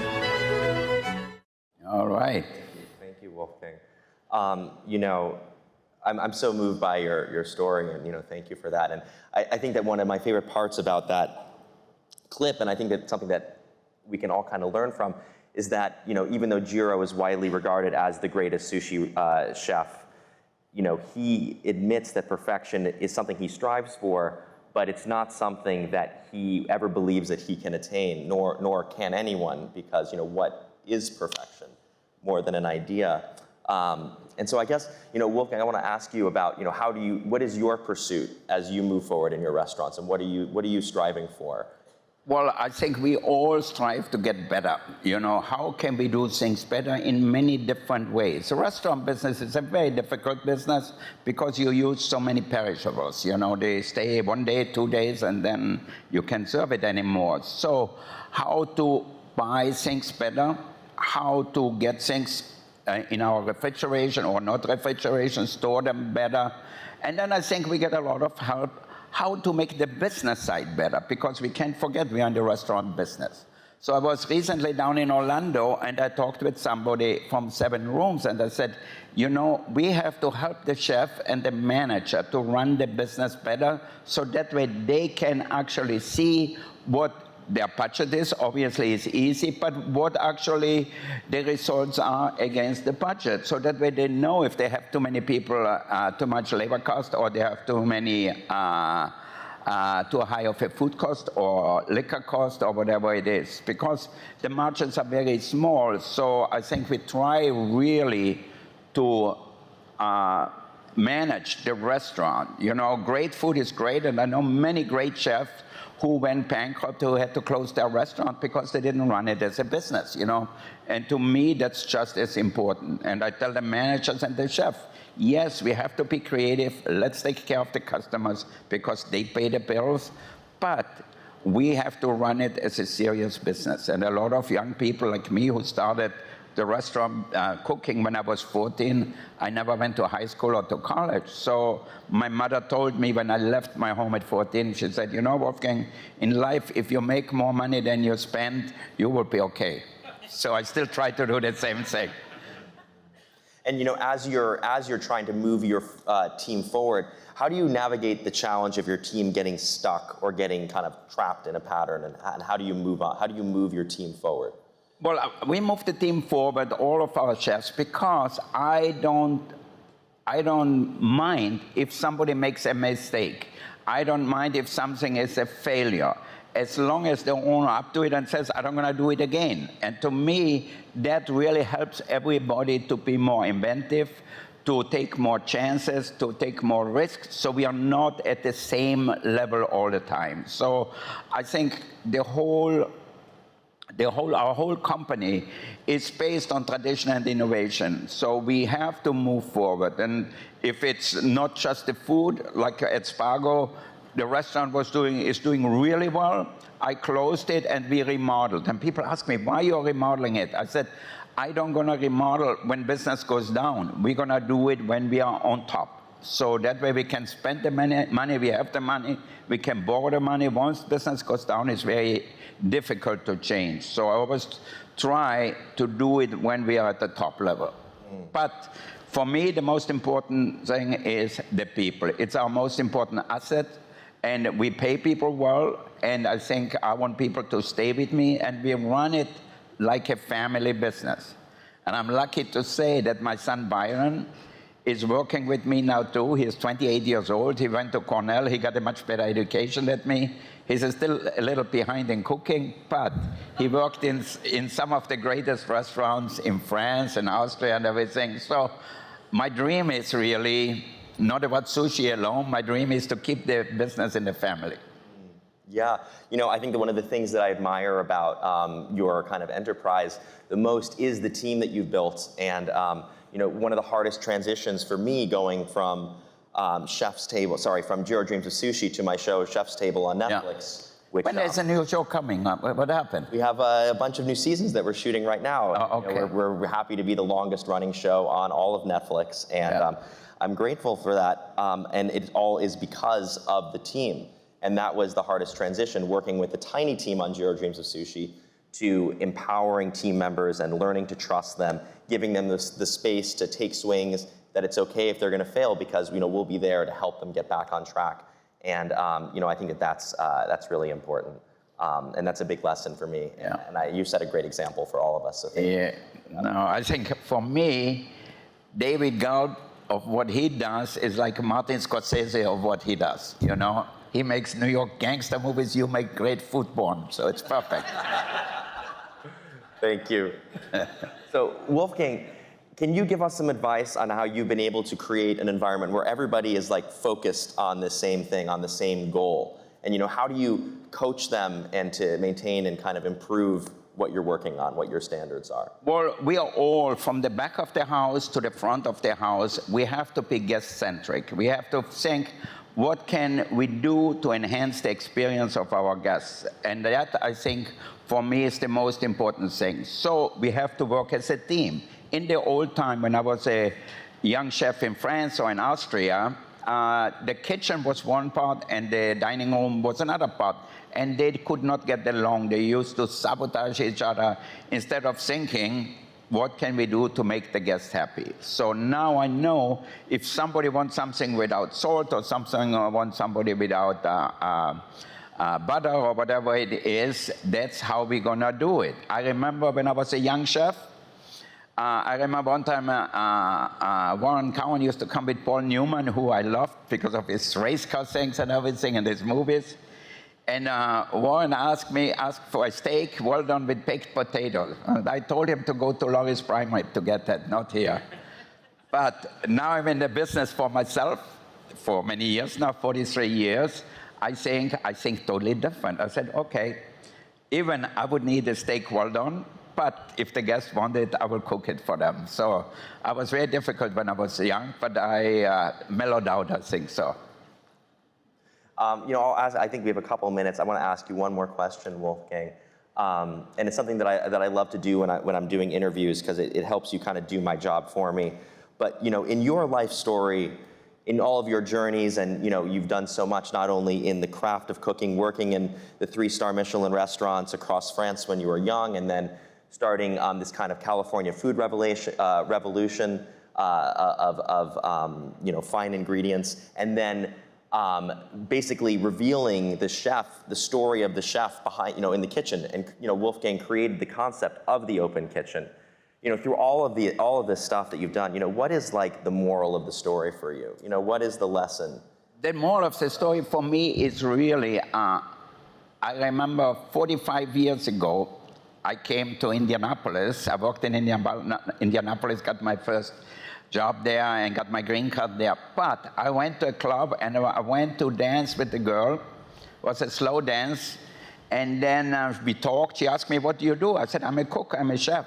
When the dance was over, she left me on the dance floor and walked away. She said, I'm not hanging out with a cook or a chef. You know, that's not what it was. So today, though, chefs have a reputation, have a good reputation. It's a good profession. Many young, smart American men and women go into our business. So that's why we saw over the last 30, 40 years such an improvement in cooking in America. I think we made more improvements here than any other country. Maybe Spain is at the same because they were asleep for a long time, but I think America, food and the wine industry, both together are so elevated that now a 3-star restaurant in France or a 3-star restaurant here is basically the same. 40, 50 years ago, it was the opposite. You know, you went to France to go to a 3-star restaurant. Now you can get the same experience here because we have so many more really talented young people who started and says, I want to be a chef. I have so many young people in the restaurant who says, Wolfgang, I want to be like you. I want to be a chef. I said, well, start peeling potatoes and then we'll see. Amazing. Thank you so much, Wolfgang, and thank you all for joining us, and thank you to Larry. Thank you so much. Vicente Renal believes that a lean mindset combined with employee ownership are the cornerstones of establishing a successful company. Renal is the chairman and CEO of Ingersoll Rand, a global market leader in mission-critical flow creation and industrial solutions. From compressors, blower solutions, and tools to precision liquid and gas pumps, Ingersoll Rand encompasses over 40 respected brands where its products and services need to perform in the most complex and harsh conditions. Renal and his more than 17,000 employees across the globe are using lean tools to drive daily outcomes of productivity and efficiency for its customers, shareholders, and communities. Renal is known for his expertise in transformative leadership, driving profitable growth while focusing on employee ownership and empowerment. He says he strives to have a purposeful influence on positive performance and execution. He's a recently retired 4-star admiral who spearheaded the United States Navy's Get Real, Get Better culture initiative, which has achieved major performance improvements in areas including F-18 strike fighter readiness, surface ship maintenance, and supply chain and logistics operations. Acting on the imperative to significantly improve competitive advantage, Admiral Bill Lesher partnered with many exceptional Navy leaders to build a culture of learning, continuous improvement, and effective problem solving. He has commanded at the squadron, wing, and strike group levels, and is a test pilot who holds systems and aeronautical engineering degrees and an MBA from Harvard Business School. In his last role, he served as the Navy's Vice Chief and is recognized as one of the Navy's most dynamic and inspiring leaders. Please welcome Vicente Renal and Admiral Bill Lesher to the stage.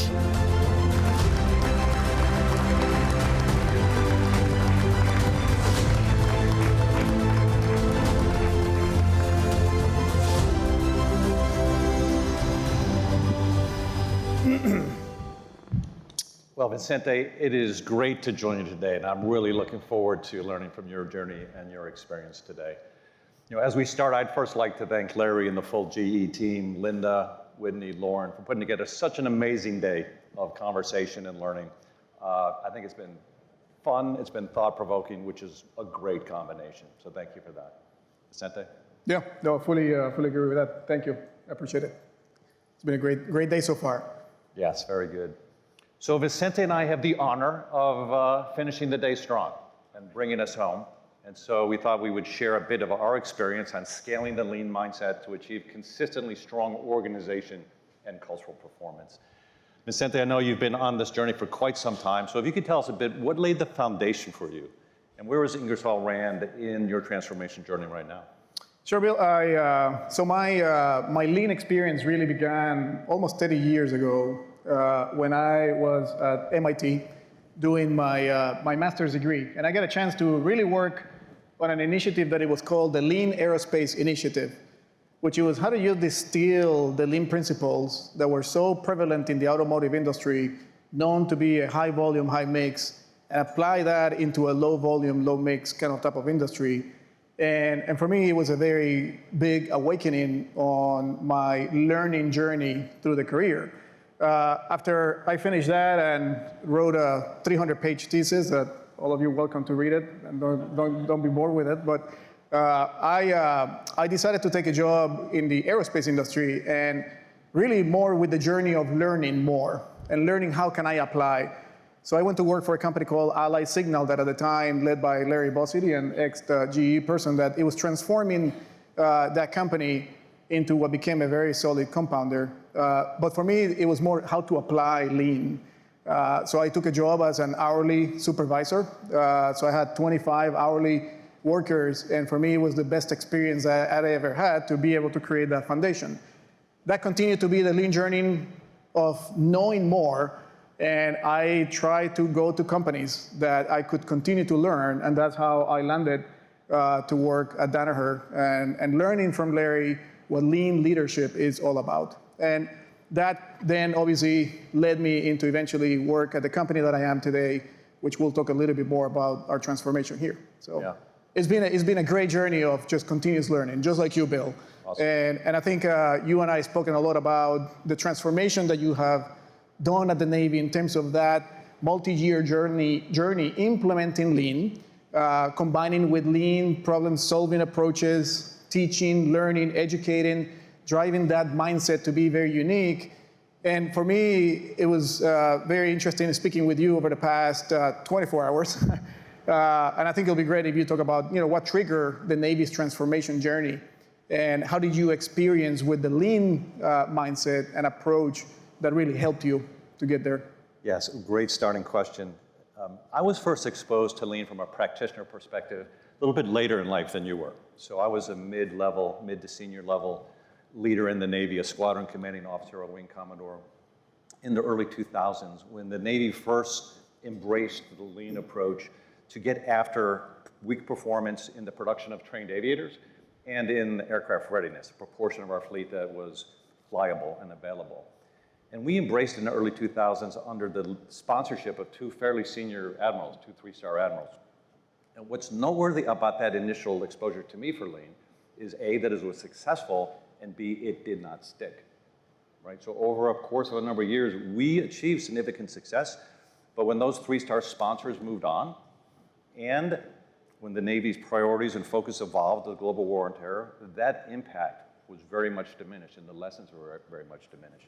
This made an impression on me and a number of other leaders that continued in the Navy from there about the real importance of developing culture and mindset as a deeper foundation to create enduring advantage and enduring impact. Flash forward to 2018, again in aviation, we had sustained weak performance in F-18 readiness, the jet that you saw come across the screen here at the beginning. For a decade, we had 250 flyable F-18s as the inventory was much larger than that and growing, until by 2018, almost half the fleet in the operational force was unavailable to fly on any given day for a number of reasons. And we had 55% mission capable of the inventory. So that's a lot of down jets. That's a lot of taxpayer investment that's not flyable, that's not mission ready. Secretary of Defense Mattis came in as a new secretary. He had a strong readiness focus. He said, Navy and Air Force, which was generally similar performance, I need you to get to the level of readiness that will credibly deter conflict that's of your mission. And I need you to do it in a year, 80% mission capable. So for the Navy, that direction was to go from a decade of 250 flyable jets to 341 jets in a year. And I can tell you our traditional response would have been the classic muscle through the friction, let's work harder, let's work longer, let's get more inputs, let's attack that issue. What was helpfully different in 2018 was two things. We had a small cohort of leaders who were exposed to that initial lean journey in the early 2000s who understood the power and the potential of a lean approach. And as well, through a digital transformation initiative, we had early nascent learning with digital tools, data, analytics, driver-based performance management that we subsequently learned were quite powerful for amplifying the effectiveness of Lean. Driver-based performance management is the concept where if the tier 1 outcome is that 341 jet North Star outcome, what are the tier 2 drivers of that? People, parts, and repair velocity. What are the tier 3 drivers of that? Tier 4. Create a hierarchy of performance drivers, and which essentially becomes a driver tree. And what this illuminated for us helpfully at the beginning, the driver tree showed us that the traditional approach of working harder and adding more inputs, when combined with the analytic models that were performing well at that time and predicting readiness based on today's performance drivers, it showed us we would not get there.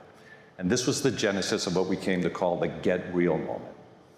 Get real about understanding our actual performance drivers and our actual capability.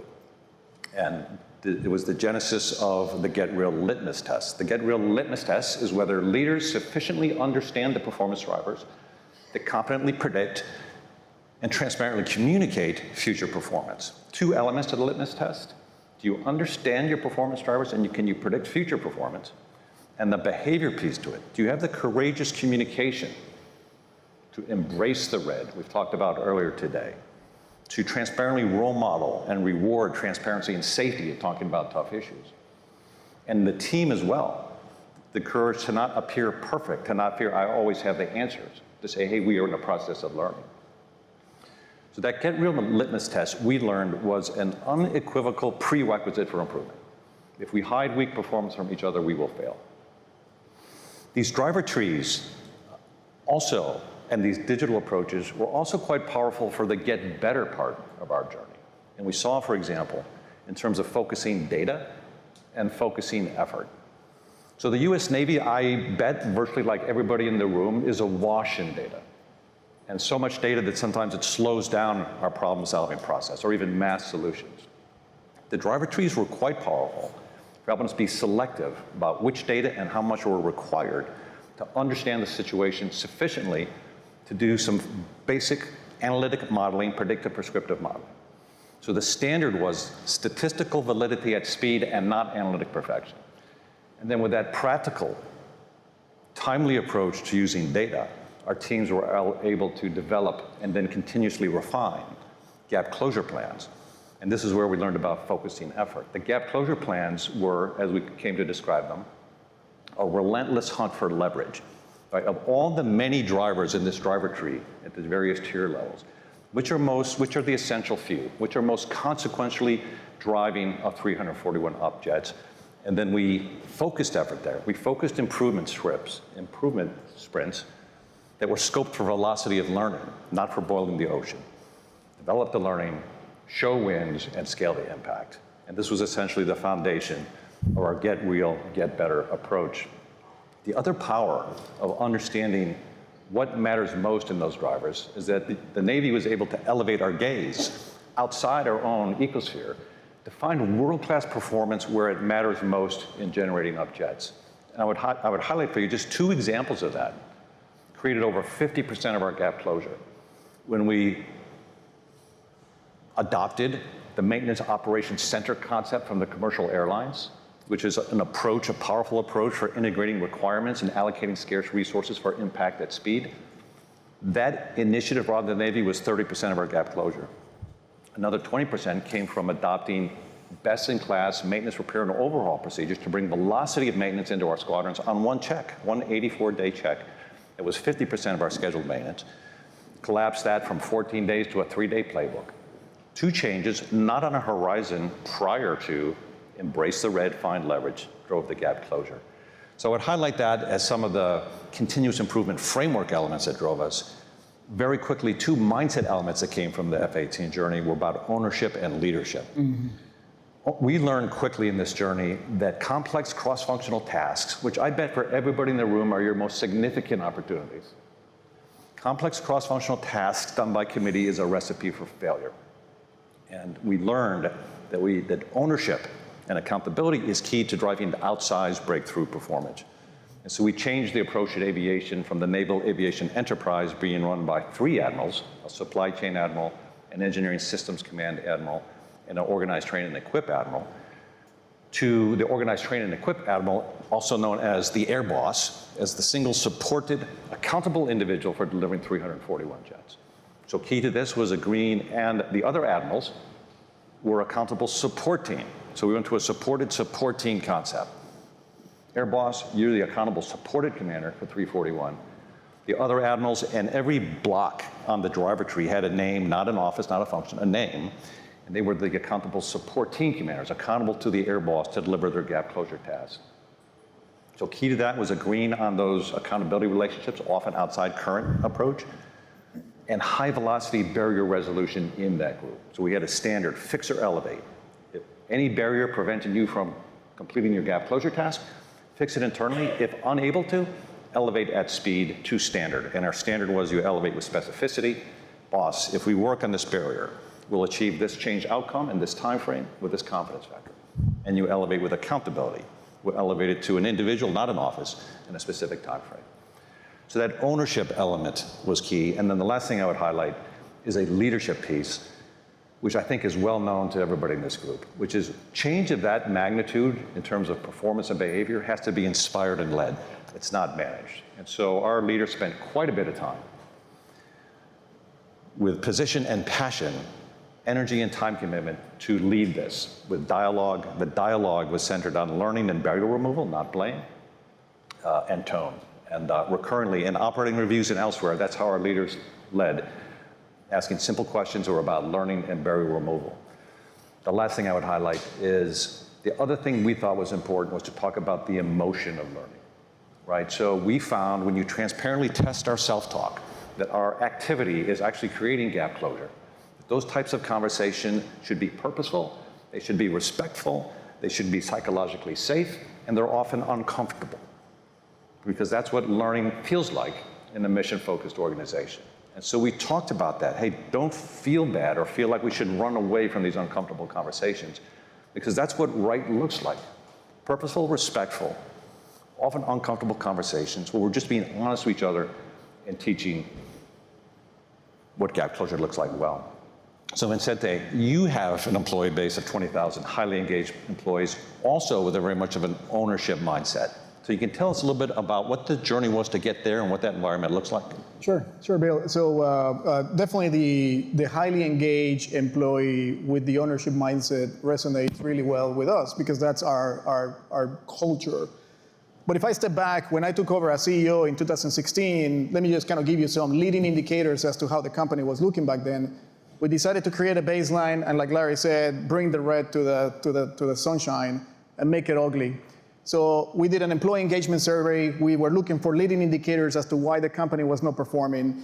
Employee engagement said that we were in the 19th percentile of all manufacturing companies. Very low engagement scores. Turnover, quit rate ratio for employee base globally in the high teens. So people were leaving, low engagement scores, high debt, 6 to 7 times lever, and safety was horrendous. So clearly, you could tell something was wrong. That's why it's important, this mindset. Fast forward to today, the company looks incredibly different. You know, just 6 years later, employee engagement, we're in the top 10 percentile across all manufacturing companies, always improving. Participation rate of 20,000 employees is in the 95%. So employees, they want to raise their voice. Safety, we're 70% better than any world-class best industrial data that we can find. And quit rate turnover, less than 3%, even during the COVID days. So it's all about the how and what we accomplish that. And I think it is a lot about the leadership, the presence, the ability to have a process, the ability to have some tools that you can engage employees in a constant way every single week, every single day, and making sure that they're thinking through the continuous improvement activities that we can generate.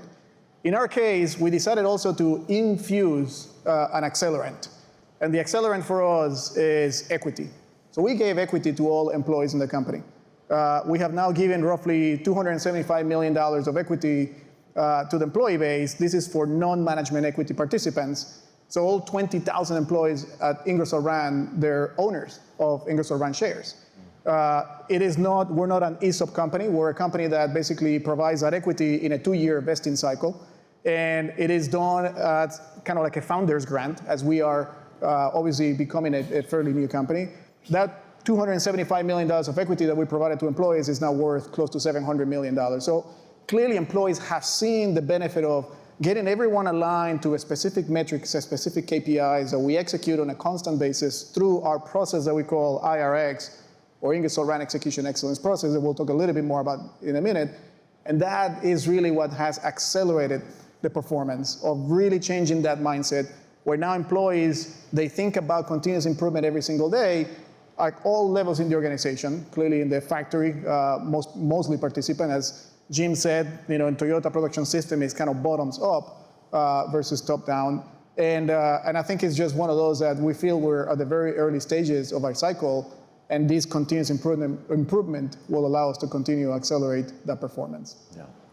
So I think in terms of these Lean principles that you spoke about very well, Bill, you've been a very great advocate about the Lean principles, the engagement, the ownership mindset, the problem-solving tools. Can you tell us more about how the Navy acted on the initial F-18 learning to accelerate this transformation mindset across the Navy?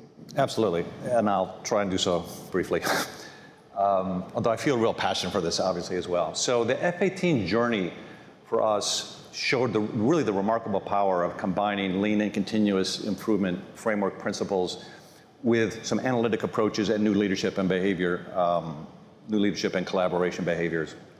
The basic things I talked about, a rigorous mission-focused North Star that Secretary Mattis gave us to provide that compelling urgency to learn, a get real understanding of baseline performance and embrace the red transparency to find what to get better with, a get better relentless hunt for leverage and traction using analytics to amplify the power of lean, a clear sense of ownership and high velocity barrier removal. And we learned that breakthrough improvement most consequentially results from concentrating to the consequential, the leverage, and high velocity barrier removal. And then the leadership piece, leadership focused on learning and barrier removal. So we then scaled that into surface ship maintenance, which had been large depot maintenance availabilities on our ships, which had been performing weekly for a decade. Significant improvement, 58% improvement in on-time delivery over 2 years. Days of maintenance delay cut in less than half. We then brought it into our nuclear attack submarine fleet, achieved a significant improvement in combat readiness that's at a classified level. We brought it into our supply chain and achieved $800 million of value capture and a better improving supply chain with these principles. As we did that, we couldn't help but notice across all those elements that there were common behaviors that were systematic in creating the variability in our performance. Our weakest performers showed these types of behaviors. We have a strong foundational culture of honor, courage, commitment, but there were traditional elements of behavior that were hindering us. And so in 2022, we acted on that awareness to scale out a standard, a leadership standard. We call it a Get Real, Get Better leadership standard. In a nutshell, it wasn't intellectually elegant, big, it was as simple as we could make it. We said, what are the critical few essential behaviors most consequentially different from our traditional behavior? Act transparently, which is a leadership behavior. Focus on what matters most, the problem-solving behavior. Build learning teams, the collaboration behavior. And we rolled that out with a proven structure. So a simple framework. Each of them had clear standards. So it's not like, hey, wouldn't it be awesome if we were more transparent? Or how cool would it be if we solved problems better? There's clear detail and standards that anyone can measure themselves against for this framework. And then we used a proven problem-solving framework. Systems, tools, symbols, and stories. Systems like talent management, learning continuum. Tools like playbooks, surveys, promotion precepts. Symbols, promotion announcements, leadership awards, unit awards, and stories. So we rolled that out across that in an integrated way. And we also chose to roll it out from the top down, right? Because there's a lot of personal risk to embrace the red, to do other elements. And so we wanted to show that the way we're rolling it out is role modeling from the top. So you and I would have a conversation and then roll it down from there. And each of those conversations had specific standards. Here's the behavior, here's the opposite behavior, here's the counterfeit behavior. So an opposite behavior would be when, for example, an opposite get real behavior would be when I told Giannis last night that I could take him in the paint at any time, at will. So it's not factual. A counterfeit behavior would be when voice and action are not the same. But through that approach, the essential fuel, clear standards, and a proven change management framework, that's how the Navy's working to scale it. Ingersoll Rand also has a very interesting framework, Vincente. So can you tell us a little bit about the from to there and what hurdles you faced in getting through that? Yeah, so I think Ingersoll Rand Execution Excellence Tool, or IRX, we like to say that it is simple to the point of being offensive.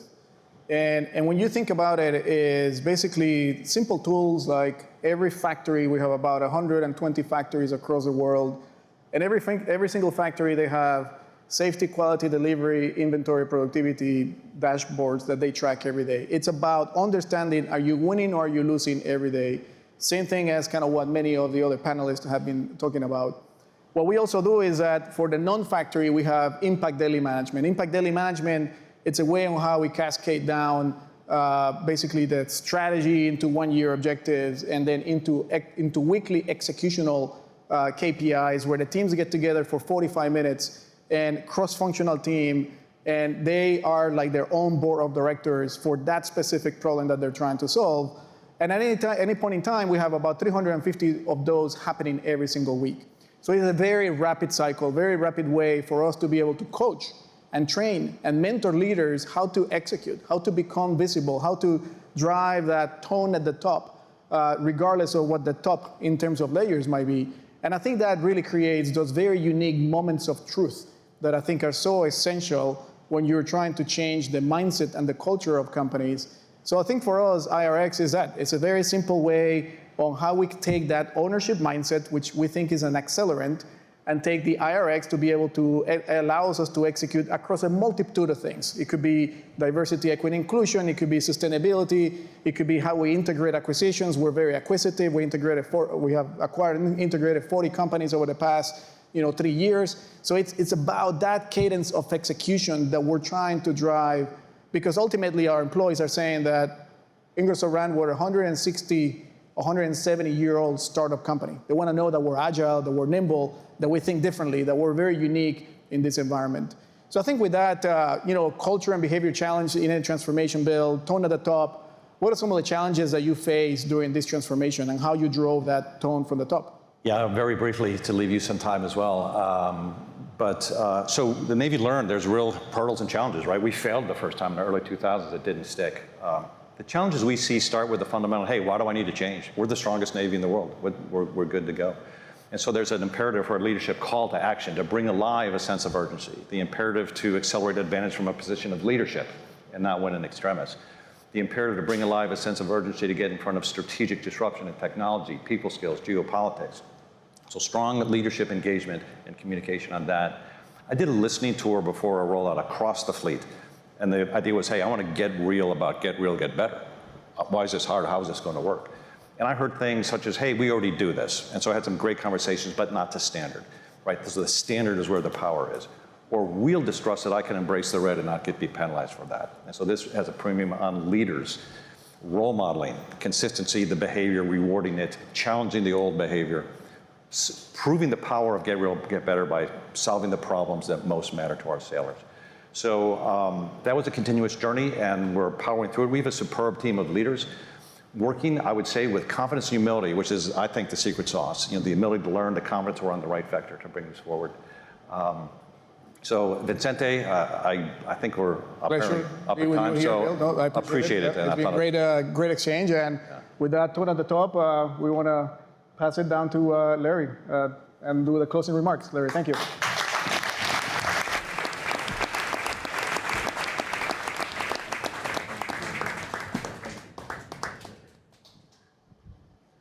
And the best part of Bill's F-18 story, anybody? Whose engines are under wing? That wasn't planned, I promise. I do want to thank all of our speakers for participating. You can see that there was a tremendous amount of preparation, but through the course of the day so far, a rather natural flow of conversation. So I know some of you were in the audience, some of you were back in the green room, but please join me in a round of applause.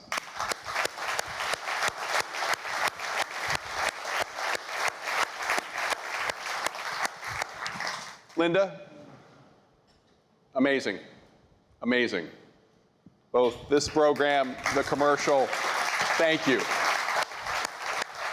And the team. I'm going to wrap us up here briefly. I'm sure everybody has taken a number of notes.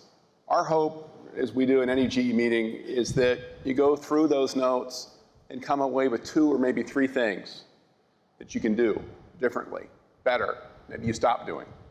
Because you're not going to do 20 things differently or start doing 20 things in the wake of this meeting. There are a lot of dots to connect here. We now all know the answer to that common trivia question. Which 2 stars in American pop culture started their careers in Indianapolis? Who knew Peyton Manning and Wolfgang Puck, right, are Indianapolis's favorite sons? I didn't know that. But for me, I think the dots I would connect probably are 3. One is you saw, not only from the agenda, but the range of speakers that we had, lean applies everywhere, or at least it can if you let it. So often we're asked, well, what about lean here? What about lean there?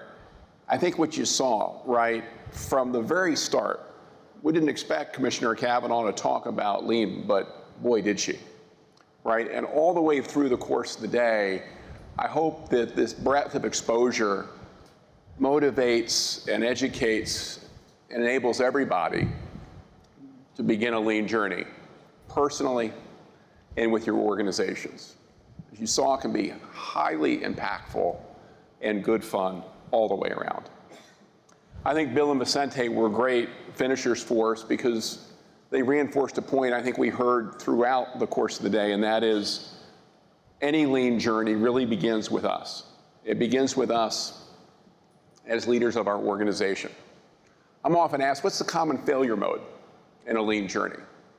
And what I've seen over a lot of years is that when a leader aspires to put a team, a department, a facility, a sales group, a business on that path, and brings in some consultants and has them dive in somewhere in the middle of the organization, it might get off to a start, but that's all you get. A little bit like what Bill was citing earlier in terms of the Navy's first effort. Leaders have to set the expectation. They've got to walk the talk and stay with it. It is not something that you can effectively implement in any sort of flavor of the day effort. And maybe most importantly, and I'll finish on this point, I think every one of our speakers talked about how important it is to make this a team sport. And we didn't bring Peyton and Giannis in here because of their success both in their individual positions and with their teams, but because of the mindsets that they profess. And when you can make this about the team, you really can do great things. Phil Wickler, I'm going to embarrass Phil, runs our transformation efforts at GE Aerospace. He shared Monday morning at our aerospace stand-up a wonderful vignette out of our Madisonville, Kentucky facility. We had a week-long Kaizen event there last week, and in the wrap-up, one of our shop floor colleagues said, you know, this factory, I'll try to get this right, Phil, I'm channeling you, this factory's like a bass boat. I love to fish, my ears perked up. I have been the anchor on this boat, holding us back, making us go slow. In the wake of this week, I'm now the motor. How cool is that, right? For that experience to unlock, unleash, a little bit like Lisa's story about Deb at the Cleveland Clinic. And what we're trying to do at GE is galvanize that sort of approach throughout our organization. And that more than anything is what we wanted to share with those of you who are our customers. This is how we work. This is how we're trying to do our best every day for you and getting a little bit better tomorrow. And for those of you who are our suppliers, this is the way we want to work with you, right? We can't do this without you. You can't do this without us. So hopefully you come away having a better appreciation for everything happening at GE Aerospace, but also GE Vernova and GE Healthcare. And with that, I want to just thank everybody. You gave us the better part of a day. Fortunately, we kept it cool in here. An incredibly hot day out there on the streets of New York. Thank you for the gift of all of this time, your participation. We do hope it was worthwhile. We'll see you soon. Safe travels.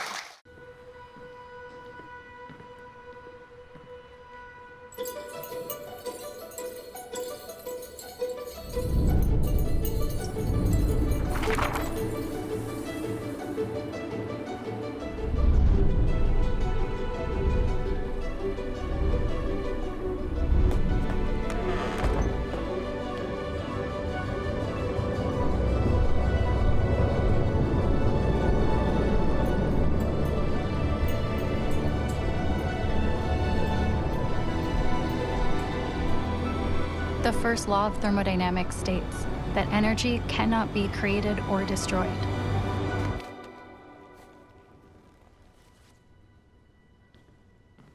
But it can be passed on to the next generation.